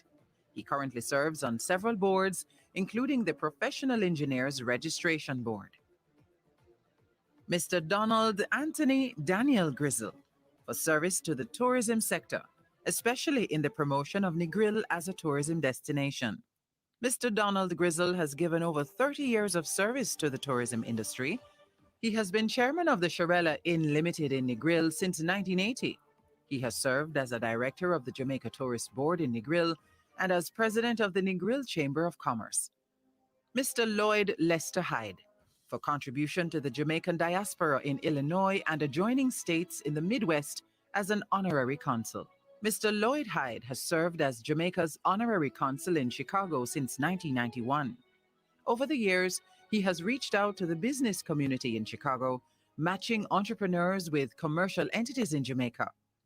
Mrs. Marjorie Elaine Hilton for service to the medical profession as an anesthesiologist. Nurse Hilton, as she is often called, has served the University of the West Indies for 41 years. She was the first to be appointed as a nurse anesthesia in 1989. Mrs. Hilton has also served at the Kingston Public Hospital, Victoria Jubilee and St. Anne's Bay Hospitals, as well as the Bustamante Hospital for Children. Mr. Carl Anthony Jarrett for community development. Mr. Carl Anthony Jarrett is a past director of the Montego Bay Chamber of Commerce, working alongside multiple government agencies to see to the health and cleanliness of the town. A past president of the Lions Club of Montego Bay and past director and treasury of the Rotary Club of Montego Bay. Through his involvement with these clubs, thousands of St. James residents have benefited from free eye care and screening. Reverend Dr. Cleve Aman, Lieutenant Stitchy Leng, for contribution to reggae and dancehall music locally and internationally. Reverend Dr. Cleve, Lieutenant Stitchy Leng, rose to fame in the 1980s with his lyrical genius, unique style of fast talking, and unmatchable storytelling abilities. After becoming a Christian in 1997, Lieutenant Stitchy began delivering his songs in a new way, but with the same lyrical potency. Mr. Michael St. George London, for contribution to the creative industry, in particular advertising, film, and music video production. Michael London's fascination with art and music began decades ago as a student at Kingston College. His early involvement in theatre was in set design and production. He's worked on film productions, including Return to Treasure Island, Cocktails, Cool Runnings, and Rituals. Mrs. Nicola Ann Cecilia Madden Grigg, the contribution to the establishment of the Jamaica brand on the world tourism stage. Mrs. Madden Grigg has been a member of the Jamaica Hotel and Tourist Association, JHTA executive, for over 20 years. She's a director of the Jamaica Tourist Board, and she represents Jamaica regionally as the first vice president of the Caribbean Hotel and Tourism Association, and will be assuming the mantle of president in October 2021. Dr. Grace Ann Rose McDonough Lyon for exemplary contribution as a pioneering female veterinary surgeon. Dr. Grace Ann McDonough Lyon has made invaluable contribution to the field of veterinary medicine. She served with the Ministry of Agriculture, Jamaica Constabulary Force, and the Jamaica Racing Commission. A University of Glasgow educated surgeon, Dr. Lyon is the first female veterinarian to serve in several positions locally. Mr. Wilbert Linton McKnight, for contribution to national security for over 59 years. Wilbert McKnight served with distinction in 5 parishes as commanding officer. He also served as commandant of the Jamaica Police Academy, an instructor at the Police Training School, and commandant of the Island Special Constabulary Force, ISCF, for 4 years post-retirement in 1999. Dr. Guna Sekar Mupuri, for service in the field of medicine, pharmaceuticals, and for community service. Dr. Mupuri's determination to reduce the cost of prescription medication led him to the generic pharmaceutical business in 2005 when he founded Indis Pharma Jamaica Limited. Through the company, Mr. Mupuri made generic medication affordable to Jamaicans and partnered with the National Health Fund to create a steady supply of well-needed drugs. Mrs. Nina Camille Needham, for dedicated service to the Jamaica Hotel and Tourist Association. Mrs. Needham has served as Executive Director of the Jamaica Hotel and Tourist Association for almost 4 decades. She contributed to many policy documents and programs. She has also worked closely with the National Conservation Trust Fund in developing Jamaica's tourism product and programs for the preservation of protected areas. Mr. Levi Webster Newman, for contribution to the Manchester Parish Council and to community development. Mr. Levi Newman gave service to His Majesty's Army during the final stages of World War II as a member of the Royal Air Force from 1944 to 1946. He also gave years of service to his community through the Manchester Parish Council from 1967 to 1985. Mr. Peter Ian Zum Zum Ray, for 50 years of service in the field of sports, especially motor racing in Jamaica. Mr. Peter Zum Zum Ray's involvement in motor racing in Jamaica spans half a century, covering motorbike, motorcar, and go-kart racing. He has also won numerous championships at Dover Raceway, local go-kart races, and motorcycle races in Jamaica and the United Kingdom. Mr. Donald Orlando Tabby Shaw, for contribution to reggae music locally and internationally as a member of the Mighty Diamonds. Mr. Donald Tabby Shaw is the lead vocalist for the 1970s reggae group, the Mighty Diamonds. The Mighty Diamonds' 1976 debut album, Right Time, produced with Virgin Records, cemented the members of the group as international artists and increased the global reach of reggae music. Posthumous Award. Mr. Luton George Kishon Shelton, for contribution to the field sports, in particular football. The late Luton Shelton was a prolific striker who played for the Reggae Boys between November 2004 and October 2012. His record of the most goals by any Jamaican male footballer stands at 35. Mr. Shelton also played for Harbourview Football Club. Mr. Fitzroy Ogilvy Matthew Bunny Simpson for contribution to reggae music locally and internationally as a member of the Mighty Diamonds. Mr. Fitzroy Bunny Simpson is one of the harmony vocalists of the reggae group, the Mighty Diamonds. The group is known for hit songs including the popular Hey Girl, and has worked with artists such as Stranger Cole, Derek Harriott, and the late Pat Francis and Lee Scratch Perry. Mr. Richard George Stewart, Deputy Commissioner of Police for service to the Jamaica Constabulary Force. During his career, DCP Stewart developed a process for transparent and meritocratic placements, restructured training programs for relevance and greater accessibility, improved the disciplinary machinery, and facilitated the expansion in recruitment. Mr. Stewart is responsible for administration and support services at the Jamaica Constabulary Force. Mrs. Dion Annette Tracy Daniel, for outstanding public service to the Office of the Governor General and staff. Mrs. Tracy Daniel has served as the Governor General, Secretary, and Clerk to the Privy Council within the Office of the Governor General.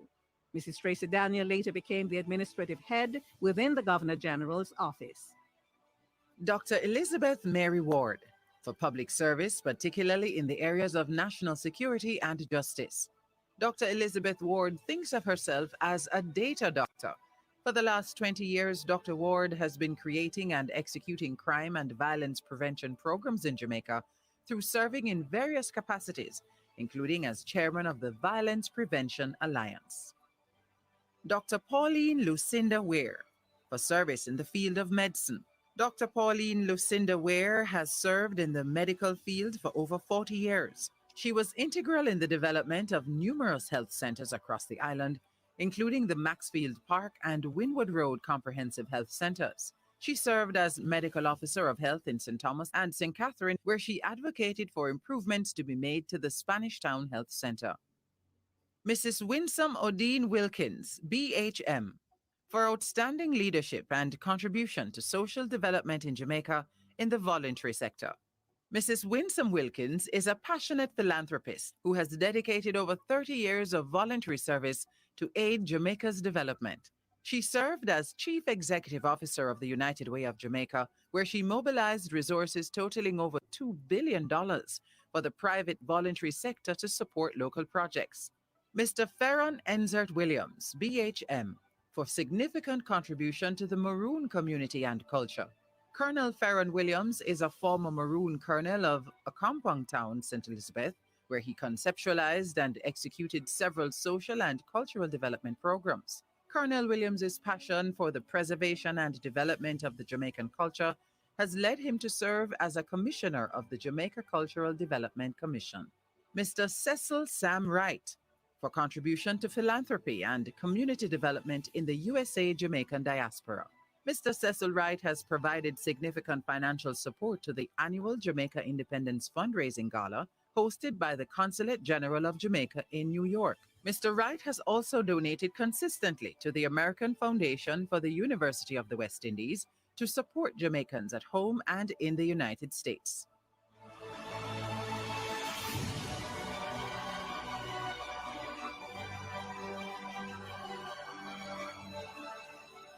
Congratulations are in order for all our recipients in the category of the Order of Distinction, Commander, and Officer class. We now pause to put another of our talented cultural ambassadors under the spotlight. She represents the best of our young and upcoming singers and was recently crowned the winner of the Jamaica Cultural Development Commission's Gospel Star Competition 2021, Erica Lumsden.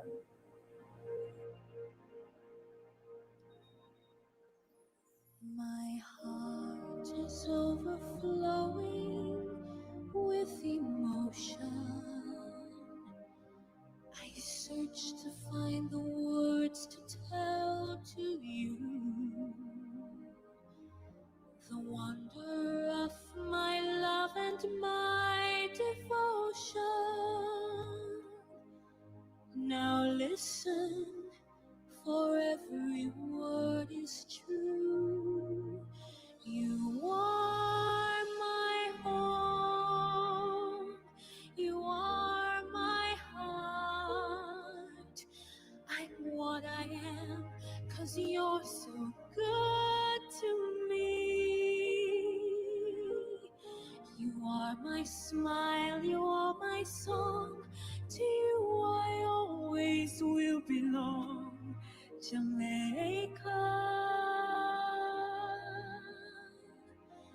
you are my love. You're beautiful in green and decked with flowers, surrounded by your ocean band of blue. I can't be tempted to embrace another. I'm happiest when I am here with you. You are my home. You are my heart. I'm what I am 'cause you're so good to me. You are my smile, you are my song. To you I always will belong. Jamaica, you are my love. Your mountain peaks impress me. Your cooling winds caress me. Your April raindrops kiss my lips, refreshing, soft and sweet. Your golden sunsets grace me. Your summer nights embrace me. I know that when I'm with you, I belong. I belong. You are my home. You are my heart. I'm what I am 'cause you're so good to me. You are my smile, you are my song. To you I always will belong. Jamaica, Jamaica, Jamaica, you are my love. You are my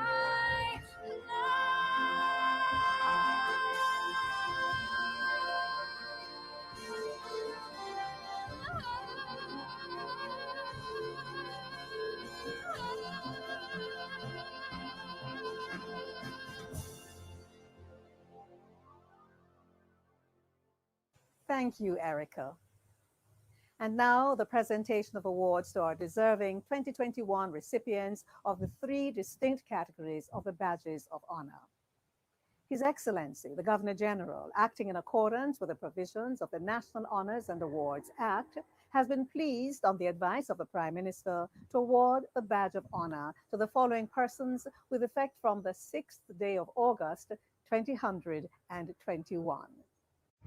Badge of Honor for Gallantry, Mr. Kime Matthew Duncan, for the act of bravery in entering a burning smoke-filled house to successfully rescue his elderly, physically impaired neighbor on March 6, 2021.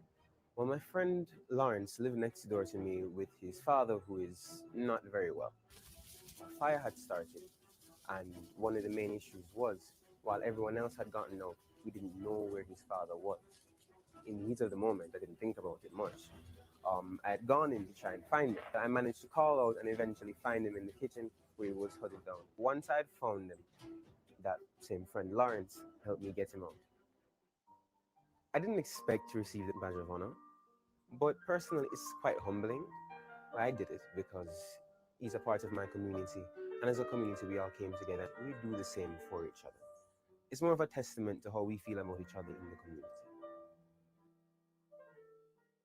Mr. Dwight Anthony Moore, for the act of bravery and heroism to save the life of a policeman under attack on August 19, 2020. I was in Crossroads at my Worldtron station. I was just greeting and meeting customers, spoke to two gentlemen who were in their private capacity, they're police officers. I briefly walked away, went into the store, turned around, looked out, and I saw one person being attacked. So I noticed a firearm in play. Quickly, I responded, neutralized the threat, and recovered a gun from the perpetrator, who has subsequently pleaded guilty and is now serving a sentence. To be honest with you, I'm ecstatic, I'm excited, my family especially, and my friends even more than but I'm catching on. It's excellent. Thank you, Jamaica. Thank you, the government. Thank you, my friends, family, citizens.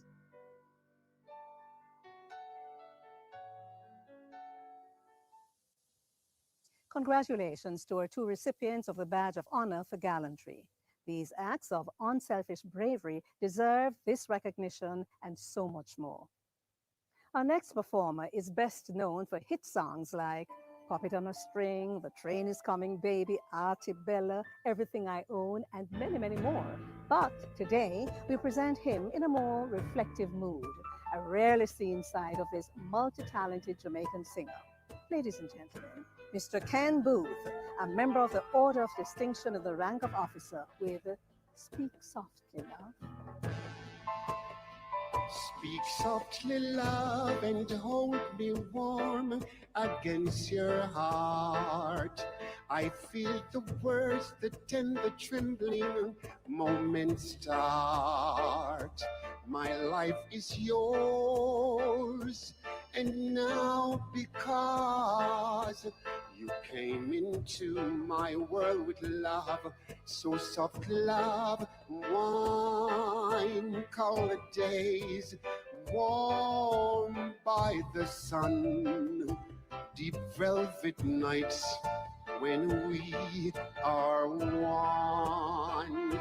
Speak softly, love, so no one hears us but the sky. The vows of love we make will live until we die. My life is yours, and now because you came into my world with love, so softly, love.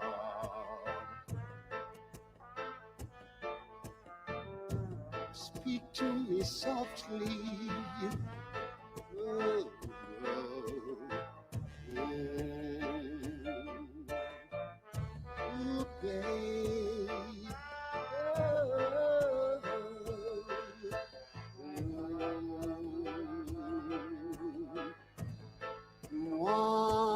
Wine-colored days, warm by the sun, deep velvet nights when we are one. Speak softly, love, so no one hears us but the sky. The vows of love we make will live until we die. My life is yours, and now because you came into my world with love, so softly, love. You came into my world with love, so softly, love. You came into my world with love, so softly, love. You came into my world with love, so softly, love. So softly, love. Thank you, Ken Booth. More performances to come from Tivoli Dance Group and Reggae Songbird Savannah, plus more from Erica Lumsden, the University Singers, and Dean Fraser. Now to the presentation of the Badge of Honor for Meritorious Service. Mrs. Jennifer Francella Brown, For dedicated service to the financial industry, Mrs. Jennifer Brown has served the Jamaican banking sector for 45 years. She was instrumental in helping First Caribbean Bank enter the Jamaican market. Ms. Marsha Tanya Brown, for dedicated service to the field of philanthropy to Jamaicans, both locally and in Canada. Ms. Marsha Brown has operated as an agent of empowerment to the Young Women's Christian Association in Toronto, Canada, coordinating goal attainment programs for over 15 years. Mrs. Lena Annan Malia Buckle-Scott, for service to education and community service. Mrs. Lena Buckle-Scott has contributed over 30 years to the nation's education sector and has demonstrated extraordinary commitment and dedication. She received the Prime Minister's Medal of Appreciation for services to education in 2017. Mr. John Altamont Burrows, for contribution to nation building through the National Blood Transfusion Service. Mr. John Burrows is a real lifesaver. He has consistently donated blood for over 44 years to the National Blood Transfusion Service. To date, he has donated blood 144 times and is the island's top male voluntary blood donor. Dr. Mary Blanche Campbell, for service to education and community service. Dr. Mary Campbell has devoted 37 years to Jamaica's education sector through teaching, leadership, and community development, and was pivotal in establishing the foundational standards and guidelines for several projects and programs in the Ministry of Education, Youth, and Information. Mr. Leroy Dawes has contributed to nation building through his involvement in education and community development for over 3 decades. He taught English language and literature at the Racines High School for over 14 years. Ms. Deslyn May Downer, for contribution to education, culture, and community development. Ms. Deslyn Downer has used music as an intervention tool to target at-risk youth. She has advocated for the preservation and retention of the Jamaican culture through teaching the various Jamaican music and dance forms to students. Mr. Junior Lloyd Folks, for meritorious service to the National Housing Trust. Mr. Junior Lloyd Folks is Senior Paralegal in the National Housing Trust's Legal, Conveyance and Mortgage Registry Department. He served the institution for 40 years. Mr. Winston Eisenhower Forrest, for service to education. Mr. Winston Forrest has made immense contribution to the nation's education system through his efforts to popularize science. He was directly responsible for the development and application of the science curriculum at the primary and secondary levels from 1990 to 2009. Mr. Carl Barrington Gaynor, for contribution to the Jamaica Civil Aviation Authority. Mr. Carl Gaynor spent 42 years at the Jamaica Civil Aviation Authority. He began as an air traffic controller trainee and rose to the ranks before retiring as Deputy Director of the Air Navigation Services in April 2019. Mrs. Paola Hennis Brown, for 35 years of service to the child protection and children's services sector in Jamaica. Mrs. Hennis Brown has a passion for helping children to tap into their potential. She has served the child protection and children's services sector for over 3 decades. Mrs. Joan Martell Golding, for contribution to the Jamaica Constabulary Force in the area of administration. Mrs. Golding is described as the consummate professional. She served in executive administrative management at the Office of the Commissioner of Police for over 20 years. Dr. Radcliffe A. Goldburn, for over 40 years of public service in the field of pharmacology. Dr. Goldburn has given 40 years of unbroken service to the public sector in the field of pharmacology. He started out as a hospital pharmacist in Clarendon and now serves as Registrar of the Pharmacy Council of Jamaica. Is Avis Marjorie Graham, for service to education through the Bursars Association of Jamaica. Mrs. Graham is one of the founding members of the Bursars Association of Jamaica. She served as secretary for 7 years and as president from 2018 to 2019. Her contribution to the education sector spans 31 years. Reverend Dr. Captain Venice Cecilia Guntley Mackenzie, for service and representation in the Canadian Armed Forces as a chaplain. Reverend Dr. Captain Guntley Mackenzie is one of Jamaica's first female Anglican priests and is also the first woman priest and Black woman to serve as an Anglican chaplain in the Canadian Armed Forces, where she served for 11 years. Reverend Leslie Hosang for dedication to the field of religion and community development. Reverend Leslie Hosang has dedicated close to 40 years of service to the field of religion and community development.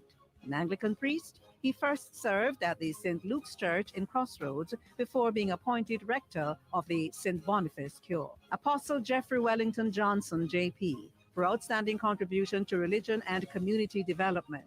Apostle Johnson is the presiding bishop of the oldest apostolic church in Jamaica, the Apostolic Ark Pentecostal Church located in Brownstown, St. Anne. He assumed pastoral duties in 1965. Mrs. Elizabeth Ann King Williams for contribution to the Jamaica Constabulary Force in the area of human resource management. Mrs. King Williams retired in 2019 after 31 years of service to the Jamaica Constabulary Force. During her tenure, she served in approximately 7 departments. Miss Jean Maud Blanche Mackenzie for community development. Miss Jean Maud Mackenzie has been a pharmacist for more than 50 years. She operated 2 pharmacies in the parish of St. James, which provided valuable service to residents. She also provided mentorship to young pharmacists who worked within her establishments. Miss Grace Veronica Peart for service to education, in particular religious education. Ms. Peart is co-author of the Religious Education for Jamaica textbook being used by grade 7 to 9 students across the island. She served as an education officer, spearheading the writing of curriculum for religious education and other subjects. Miss Carol Ivis Phillips for outstanding service to the Jamaica Consulate in Toronto and the diaspora. Miss Phillips served the Jamaican Consulate General in Toronto for more than 20 years. She often goes beyond the call of duty to assist Jamaicans applying for passports, in particular those who are unable to read or write. Mrs. Deborah Pixley Clark for contribution to the Jamaica Defense Force. Mrs. Pixley Clark is a volunteer with the Organization of International Spouses and Sponsors. The volunteer social organization provides opportunities for international military students and their families who attend the Command and General Staff School in Fort Leavenworth, Kansas. Mrs. Eunice Scott Shaw for 35 years of service to the child protection and children's services sector in Jamaica.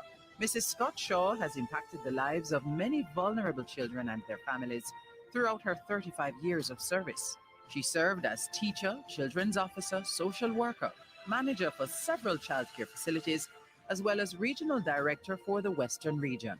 Ms. Dawn Marcia Smith, JP, for contribution to the field of tourism and community service. Ms. Smith has been contributing to the tourism sector since 1975. She has a passion for service and has trained hundreds of young people from various communities through the hospitality training program, which she has been conducting for over 20 years. Mr. Winston Atto Joe Spencer for contribution to the development of high school cricket. Mr. Winston Spencer's love for the sport of cricket gave him an opportunity to mentor many youngsters for close to 46 years, some of whom went on to play for the national cricket team. He began coaching at St. Jago High School in 1968 and continued until 2014. Mrs. Maple Hyacinth Sutton for community development.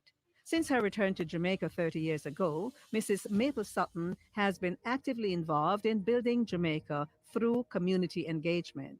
She served as president of the Greendale Twickenham Gardens Citizens Association for 10 years. Reverend Courtney Jose Walters for contribution to the Jamaica Constabulary Force in the area of chaplaincy services. Reverend Courtney Walters has served as chaplain with the JCF for 22 years. Reverend Courtney Walters has helped to transform the approach to goal attainment within the chaplaincy service. Mrs. Evelyn Jane Whiteley Mullings for sterling contribution to the field of education. Mrs. Evelyn Whiteley Mullings has served the Warminster Early Childhood Institution in St. Elizabeth for over 40 years. Community members received their start at the institution.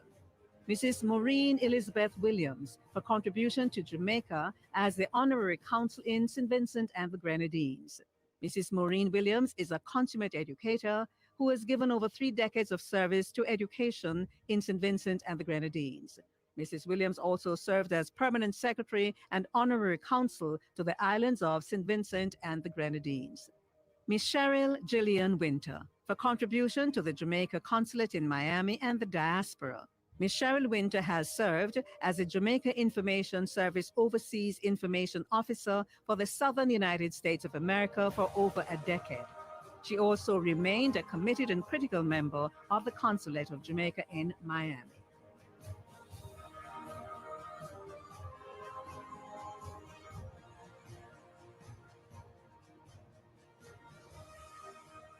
Congratulations to the recipients of the Badge of Honor for Meritorious Service.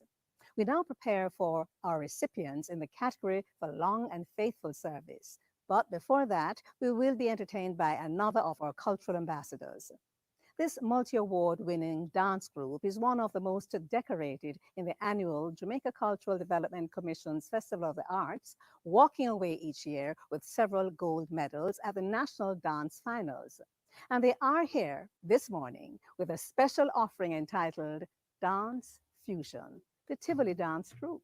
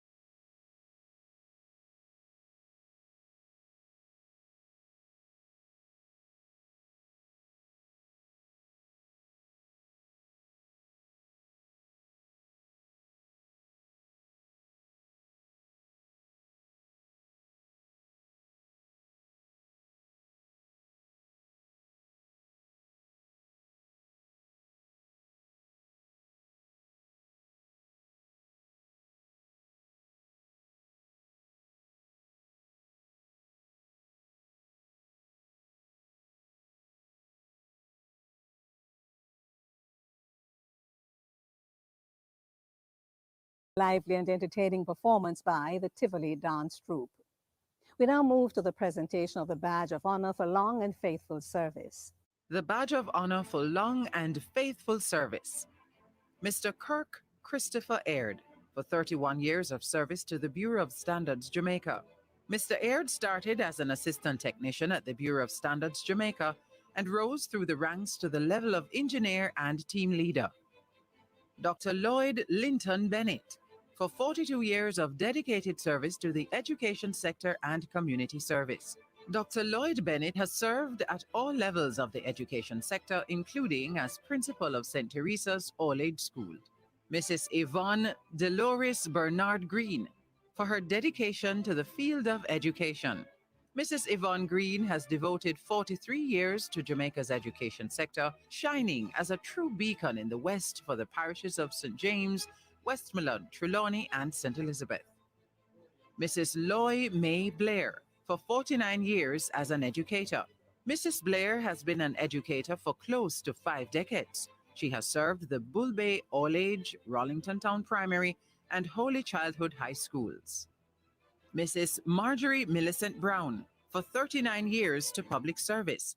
Mrs. Marjorie Brown started out in the public sector at the Ministry of Labor and Social Security, where she served for 18 years.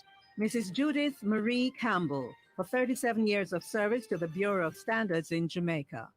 Mrs. Judith Campbell taught at the Woolmers Trust High School for Girls for 11 years before joining the Bureau of Standards for 37 years.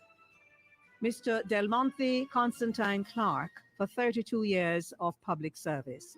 Mr. Del Monte Clark has played a critical role as a liaison between developers, the government, and interest groups, such as the Parish Council, to facilitate development. Mr. Shane Anthony Curry, for 32 years to the public service. Mr. Shane Curry served the National Environment and Planning Agency, NEPA, for more than 32 years. He began as a draftsman, preparing hundreds of maps for the National Physical Plan. Mrs. Sharon Cecile Davis Thomas, for 32 years to public service. Mrs. Davis Thomas plays an integral role in the approval for building plans while supervising the documentation of all NEPA's records.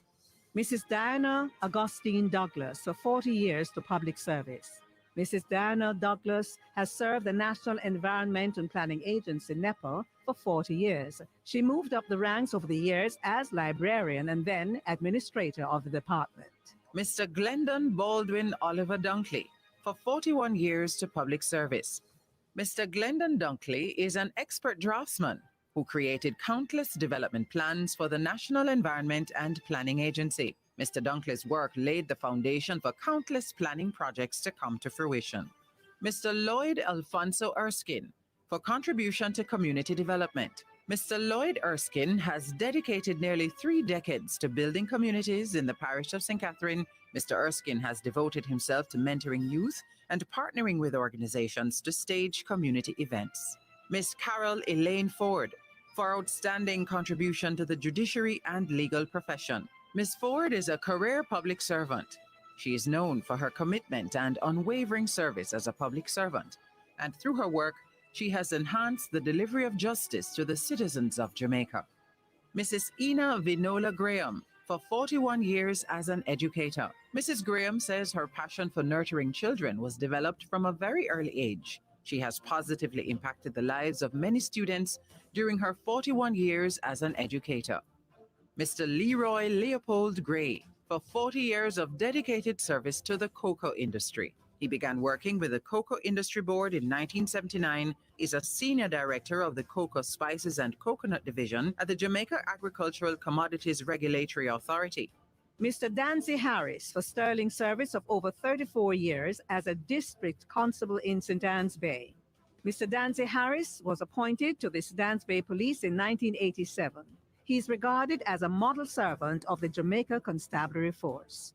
Posthumous, Mrs. Jennifer Harris Davis, for 33 years as an educator. Mrs. Harris Davis began her career at the Kingston Technical High School and was a bursar of Kingston College for 16 years. Mrs. Anne-Marie Angela Heron, for sterling service of over 30 years as a district constable in Manchineal, Portland. Mrs. Anne-Marie Angela Heron has demonstrated unwavering commitment to the Jamaica Constabulary Force, her community, and her fellow Jamaicans. Miss Vernalyn Johnson, for 32 years to public service. Ms. Johnson started in 1989 at the Ministry of Health as a departmental assistant. She served as a statistical officer and accountant. At present, she is a budget analyst at the National Environment and Planning Agency. Mr. Keith Patrick Jones, for 44 years to public service. Mr. Jones served the National Environment and Planning Agency for 44 years. He is now an enforcement investigator at NEPA and continues to ardently carry out his duties. Mr. Doral Lawrence, for sterling service of over 38 years as a district constable in Newmarket, St. Elizabeth.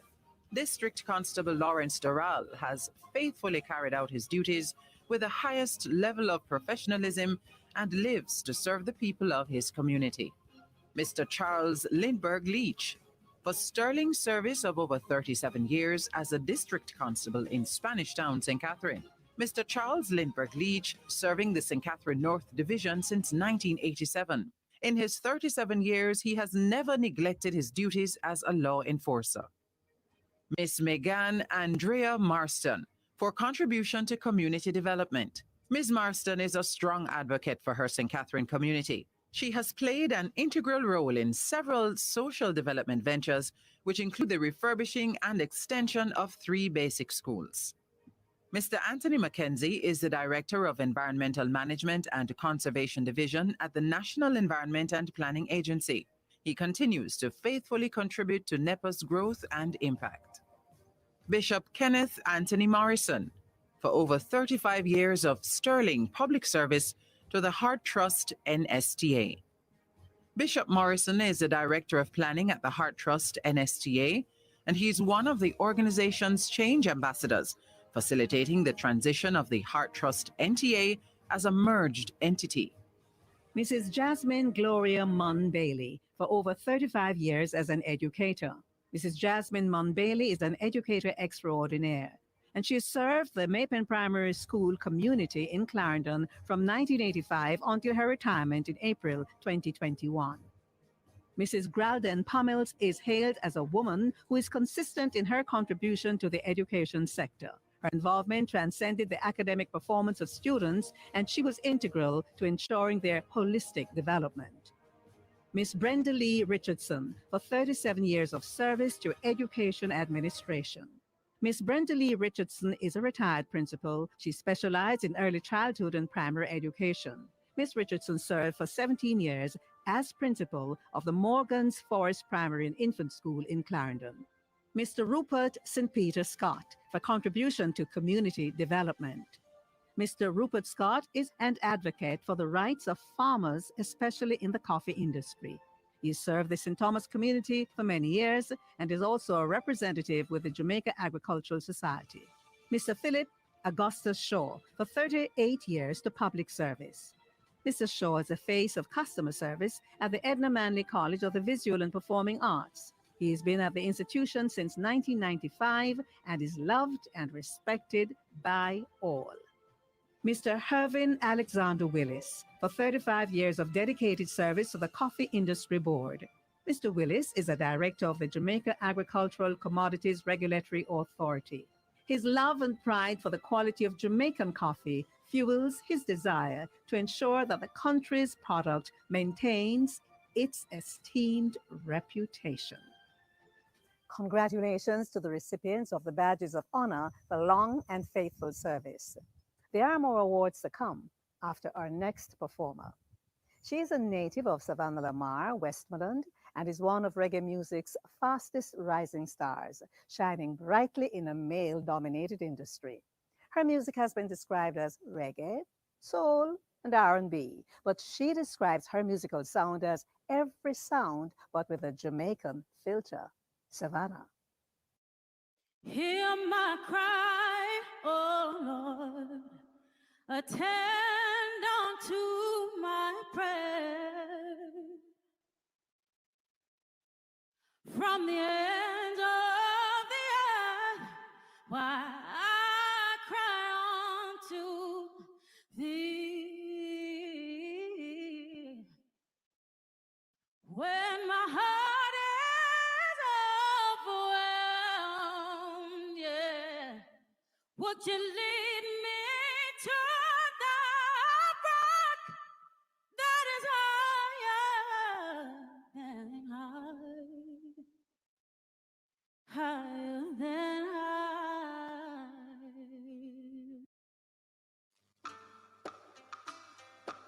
This song I'd love to share with you is called Blessed, and it always uplifts me. Why you believe me? Try to my best, follow purpose all the way till the massive and a season. Now I said the rest, I pre them vibes are from what day. What is the reason? How them are going like some me never for one time. My head is not up in the sky. Oh, you don't know what goes on here behind my smile. Me, I make them know every day is a choice for rise. That's how it go. Vampire try protect my life. Will not forget this voice inside. 'Cause I'm blessed. I'm so blessed. I'm so blessed. I'm so blessed. Yeah.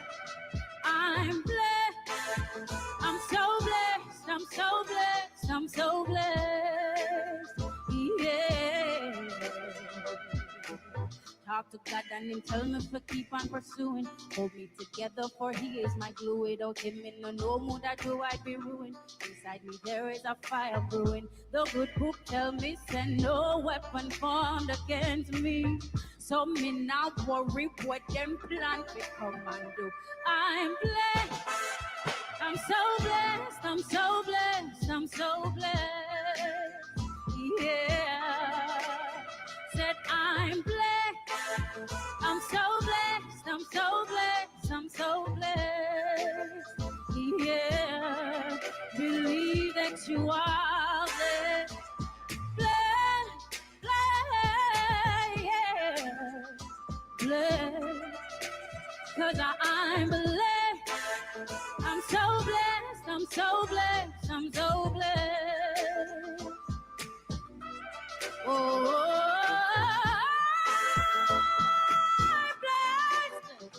Oh my God, he calls me blessed. He calls me blessed. Jesus calls me blessed.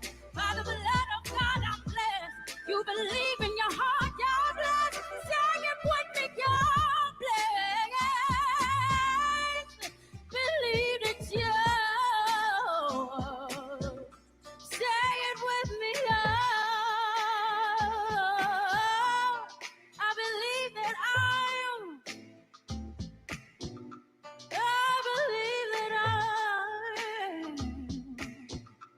I believe that I'm so.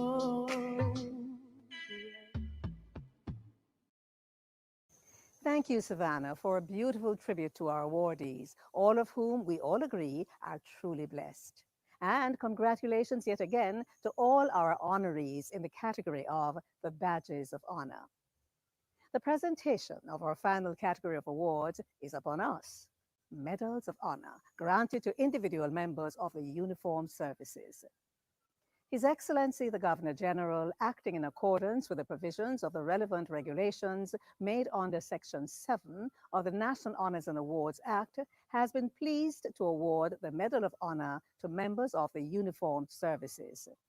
We start with the Medal of Honor for Gallantry. As was done for the other awards for gallantry, we have prepared special vignettes for these two awardees as well. Jamaica Constabulary Force, Medal of Honor for Gallantry, Constable Michael Beckford. The officer demonstrated great courage in circumstances of extreme danger as he pursued a suspect who was believed to be heavily armed in connection with the murder of 2 policemen and wounding of 2 others on Friday, June 12, 2020. Officers were under attack by gunmen in the Horizon Park, Spanish Town, St. Catherine area. We received information that 3 police officers were seriously shot and injured. They were briefed and we went to a premises somewhere in Corville, Florida. This gunman decided to take on the police again. 2 of my colleagues were shot and injured. Myself and Constable Dunn had to step in, provided a cover for these 2 injured officers while neutralizing the threat. It's an honor for me to receive such high acknowledgement from the country. I just want to dedicate this medal to other hardworking police officers out there. We're all heroes in our own rights.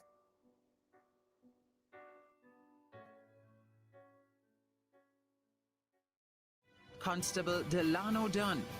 The officer demonstrated great courage in circumstances of extreme danger as he pursued a suspect who was believed to be heavily armed in connection with the murder of 2 policemen and wounding of 2 others on Friday, June 12, 2020. We're on operational duty within the Portmore space when we overheard a transmission about a shooting incident in the St. Catherine North Division, Sydenham Gardens area. Team leader had dialogue with police emergency and we went to give some assistance. We went into the St. Andrew South Police Division, Covey Gardens, where the information was that the shooter was at a premises. We went there. Upon entry, the suspect opened gunfire on my teammates. 2 of my teammates received injuries, and I went in and, made a human shield my body to prevent them from being seriously injured further. And after the shooting, the perpetrator was shot and injured, taken to the hospital, and a firearm was recovered from him. To receive this Medal of Honor for Gallantry is a tremendous feeling. Out there doing the work every day and putting our lives at risk, and to be recognized and being awarded this award is a tremendous feeling, a good feeling, proud feeling.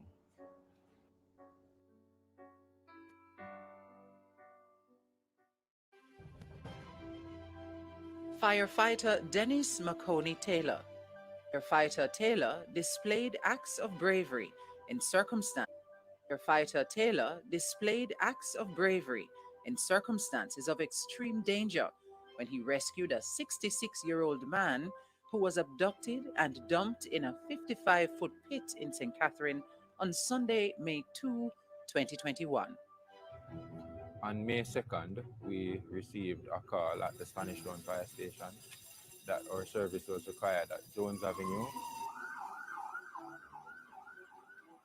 When we arrived, the police on the scene informed us that there was a gentleman in a pit. On our assessment, we realized that the pit was very deep. I was extended into the pit to try and execute the rescue. First thing he said to me is that God answers prayer. I secured a harness around the gentleman and he was successfully pulled out of the pit. I also was very happy that I could be a part of something great in helping to save a life. I'm extremely happy to be receiving this award. God has brought this upon me as a blessing. My mom, my kids, members of my organization, they are all proud. And I am just thankful that I was able to do something wonderful and influence persons in a positive manner.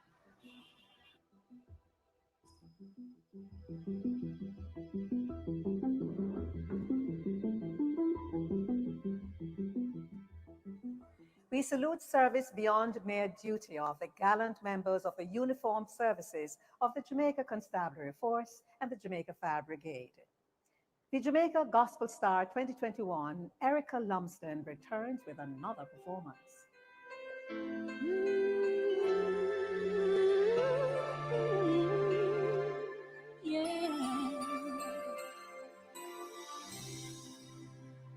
Each day I live, I want to be a day to give the best of me.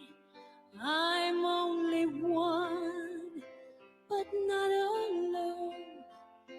My finest day is yet unknown. I broke my heart for every game to taste the sweet. I face the pain, I rise and fall, yet through it all, this much remains. I want one moment in time when I'm more than I thought I could be, when all of my dreams are hid away and the answers are all up to me. Give me one moment in time when I'm racing with destiny.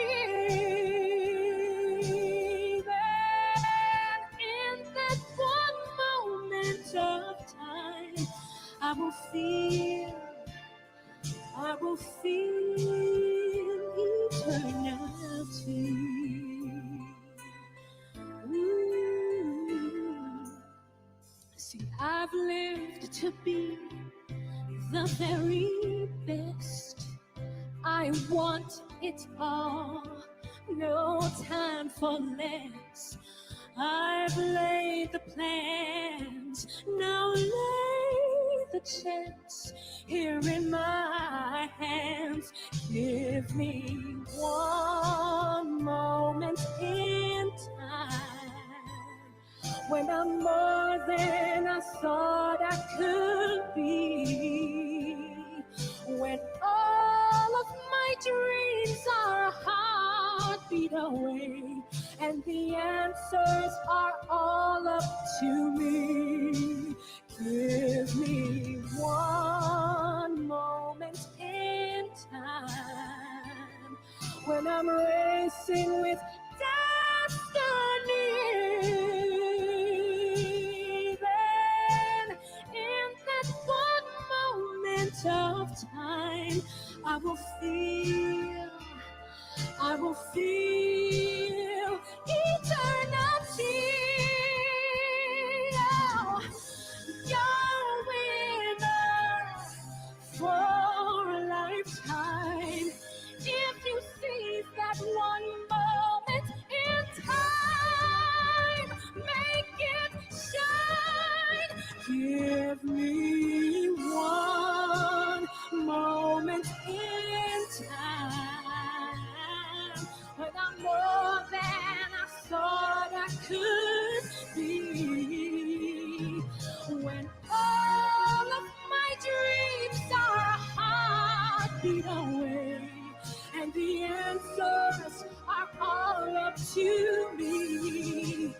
Give me one moment in time when I'm racing with destiny.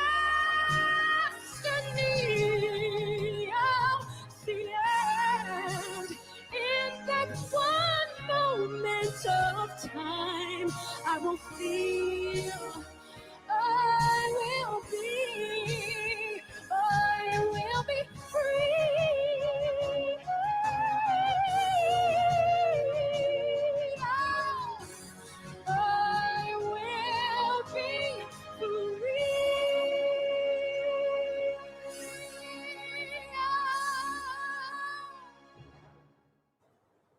Thank you, Erica, for helping us celebrate this special moment for all our 2021 honorees.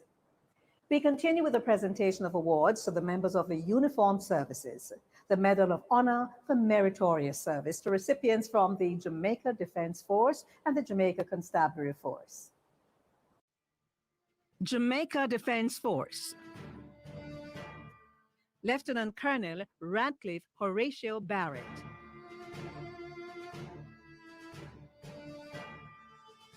Staff Sergeant Howard Anthony Henry.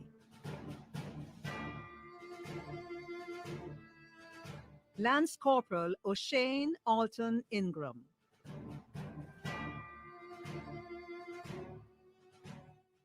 Jamaica Constabulary Force. Assistant Commissioner of Police Leonardo Roberto Brown. Senior Superintendent of Police Charmaine Elizabeth Shand. Senior Superintendent of Police Jacqueline Melin Ann Green. Superintendent of Police Alvin Clive Allen. Senior Superintendent of Police Wayne Adrian Josephs. Superintendent of Police Gloria Maxine Davis Simpson.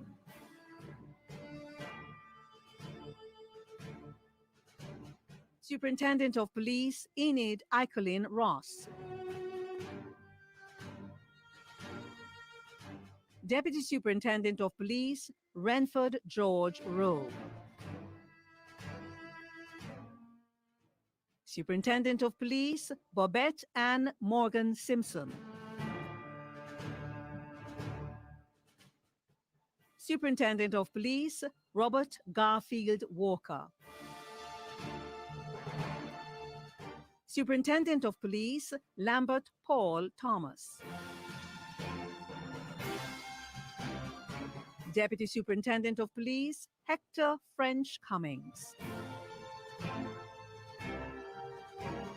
Deputy Superintendent of Police, Sandra Anne-Marie Gale Davis. Deputy Superintendent of Police, Eulette Lorraine Gaynor. Deputy Superintendent of Police, Patrick Wayne Bennett. Deputy Superintendent of Police, Courtney Anthony Green. Deputy Superintendent of Police, George Robert Hunter. Deputy Superintendent of Police, Colin Everton Johnson. Deputy Superintendent of Police, John Percival Knight. Deputy Superintendent of Police, Horace Dudley Lumley. Deputy Superintendent of Police, Dwight George Howard. Deputy Superintendent of Police, Owen Dedford Robertson. Deputy Superintendent of Police, Yvonne Elaine White Powell. Assistant Superintendent of Police, Carol Jacqueline Golding. Our penultimate performance for the 2021 Virtual National Honors and Awards Ceremony of Investiture and Presentation comes from the University Singers. Second time around, but this time with an ensemble folk piece with original lyrics by the Honorable Barbara Gloudon, OJ, and musical arrangement by Noel Dexter, OD. The University Singers with soloist Kylan Reed Cameron with One Thing Leads to Another. We never come over any high table. Me trust the Lord and me learn how to pray. And me work hard as me is able. And just to put to me neighbor each day. We start out life with little buying and selling. It grows so fast, how long it couldn't stop. And from that small and humble beginning, I move right up to own me own shop. One thing lead to another, so when faith and courage is gone, we just look over my shoulder, see where me coming from, and I find the strength to press on. The shop it stretch and take in the post office. Addition people turn out Mrs. Smith dear. And very soon I became the choir mistress. And did the choir sing it loud and clear. I soon was lending money like a banker to even those who don't call me them friend. But I just thank God and praise my Savior, who blessed me that I have money to lend. One thing leads to another, so when faith and courage is gone, we just look over my shoulder, see where we coming from, and I find the strength to press on. And all the blessings that reach me, I share them. The shop I turned into one big Jamal class. So from shopkeeper, both Mrs. and Banker, I am big teacher for moving up fast. Believe me, one thing leads to another, and it is painful to see. But I am very, very proud to tell you that last week I was with the GP. One thing leads to another, so when faith and courage is gone, we just look over my shoulder, see where we're coming from, and I find the strength to press on.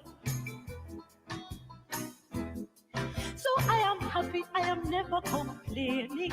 For when life opened up before me at door, I just thank God as I try to pass through it. For that door leads me to many more. And day by day, me just as spread out and prosper. Right here on this very spot. And I just thank God for his guidance. And I thank him for all that I got. One thing leads to another, so when faith and courage is gone, we just look over my shoulder, see where we coming from, and I find the strength to press on. One thing leads to another, so when faith and courage is gone, we just look over my shoulder, see where we coming from. And I find the strength to press on.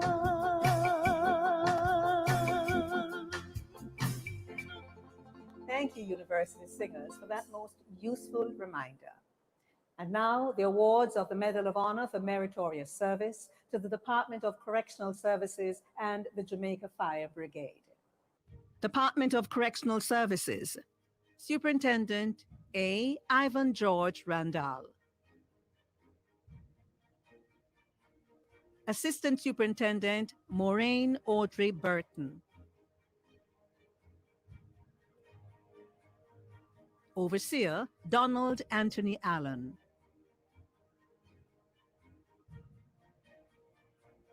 Overseer Romy Alfonso Dunkley. Overseer Crawford Earl Gavin. Overseer Peter George Morris.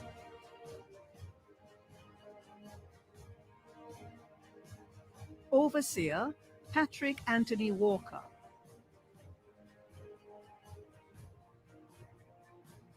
Staff Officer Adrian Charles Allen. Staff Officer Marcus Clive Campbell.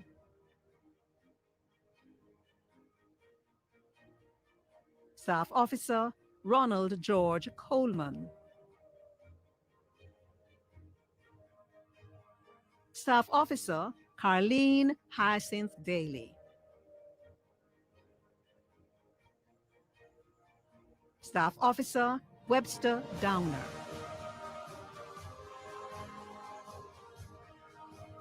Staff Officer Erlen Gardner. Staff Officer Owen Greaves.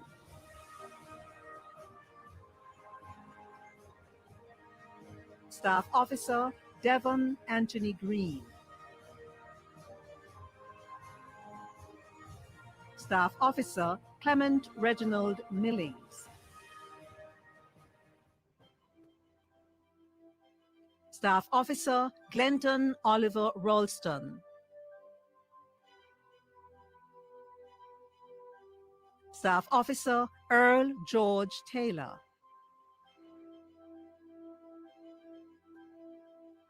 Staff Officer Donald Roy Thompson.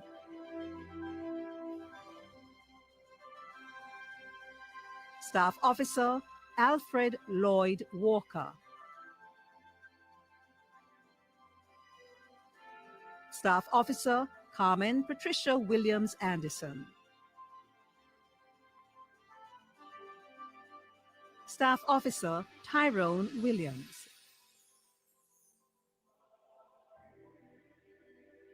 Corporal Jeffrey Anthony Branford. And now, the final set of awards to the uniformed groups. Jamaica Fire Brigade. Senior Deputy Superintendent Winsome Grant. Deputy Superintendent Kimar McKay Brooks.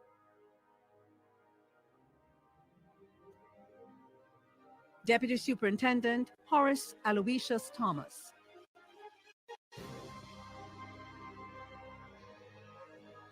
Assistant Superintendent Gary Donovan Swaby.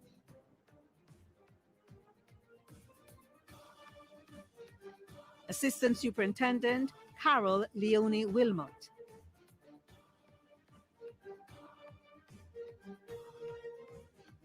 Assistant Superintendent Otis Roy Rowe.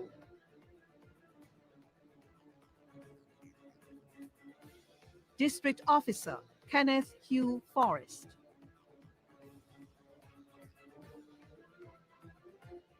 District Officer Colonel Joseph Sangster.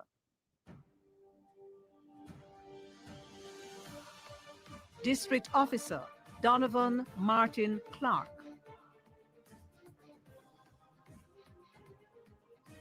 District Officer Hexford Dave Powell.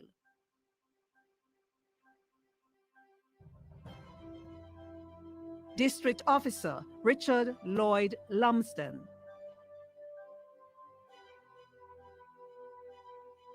District Officer Merrick Rose.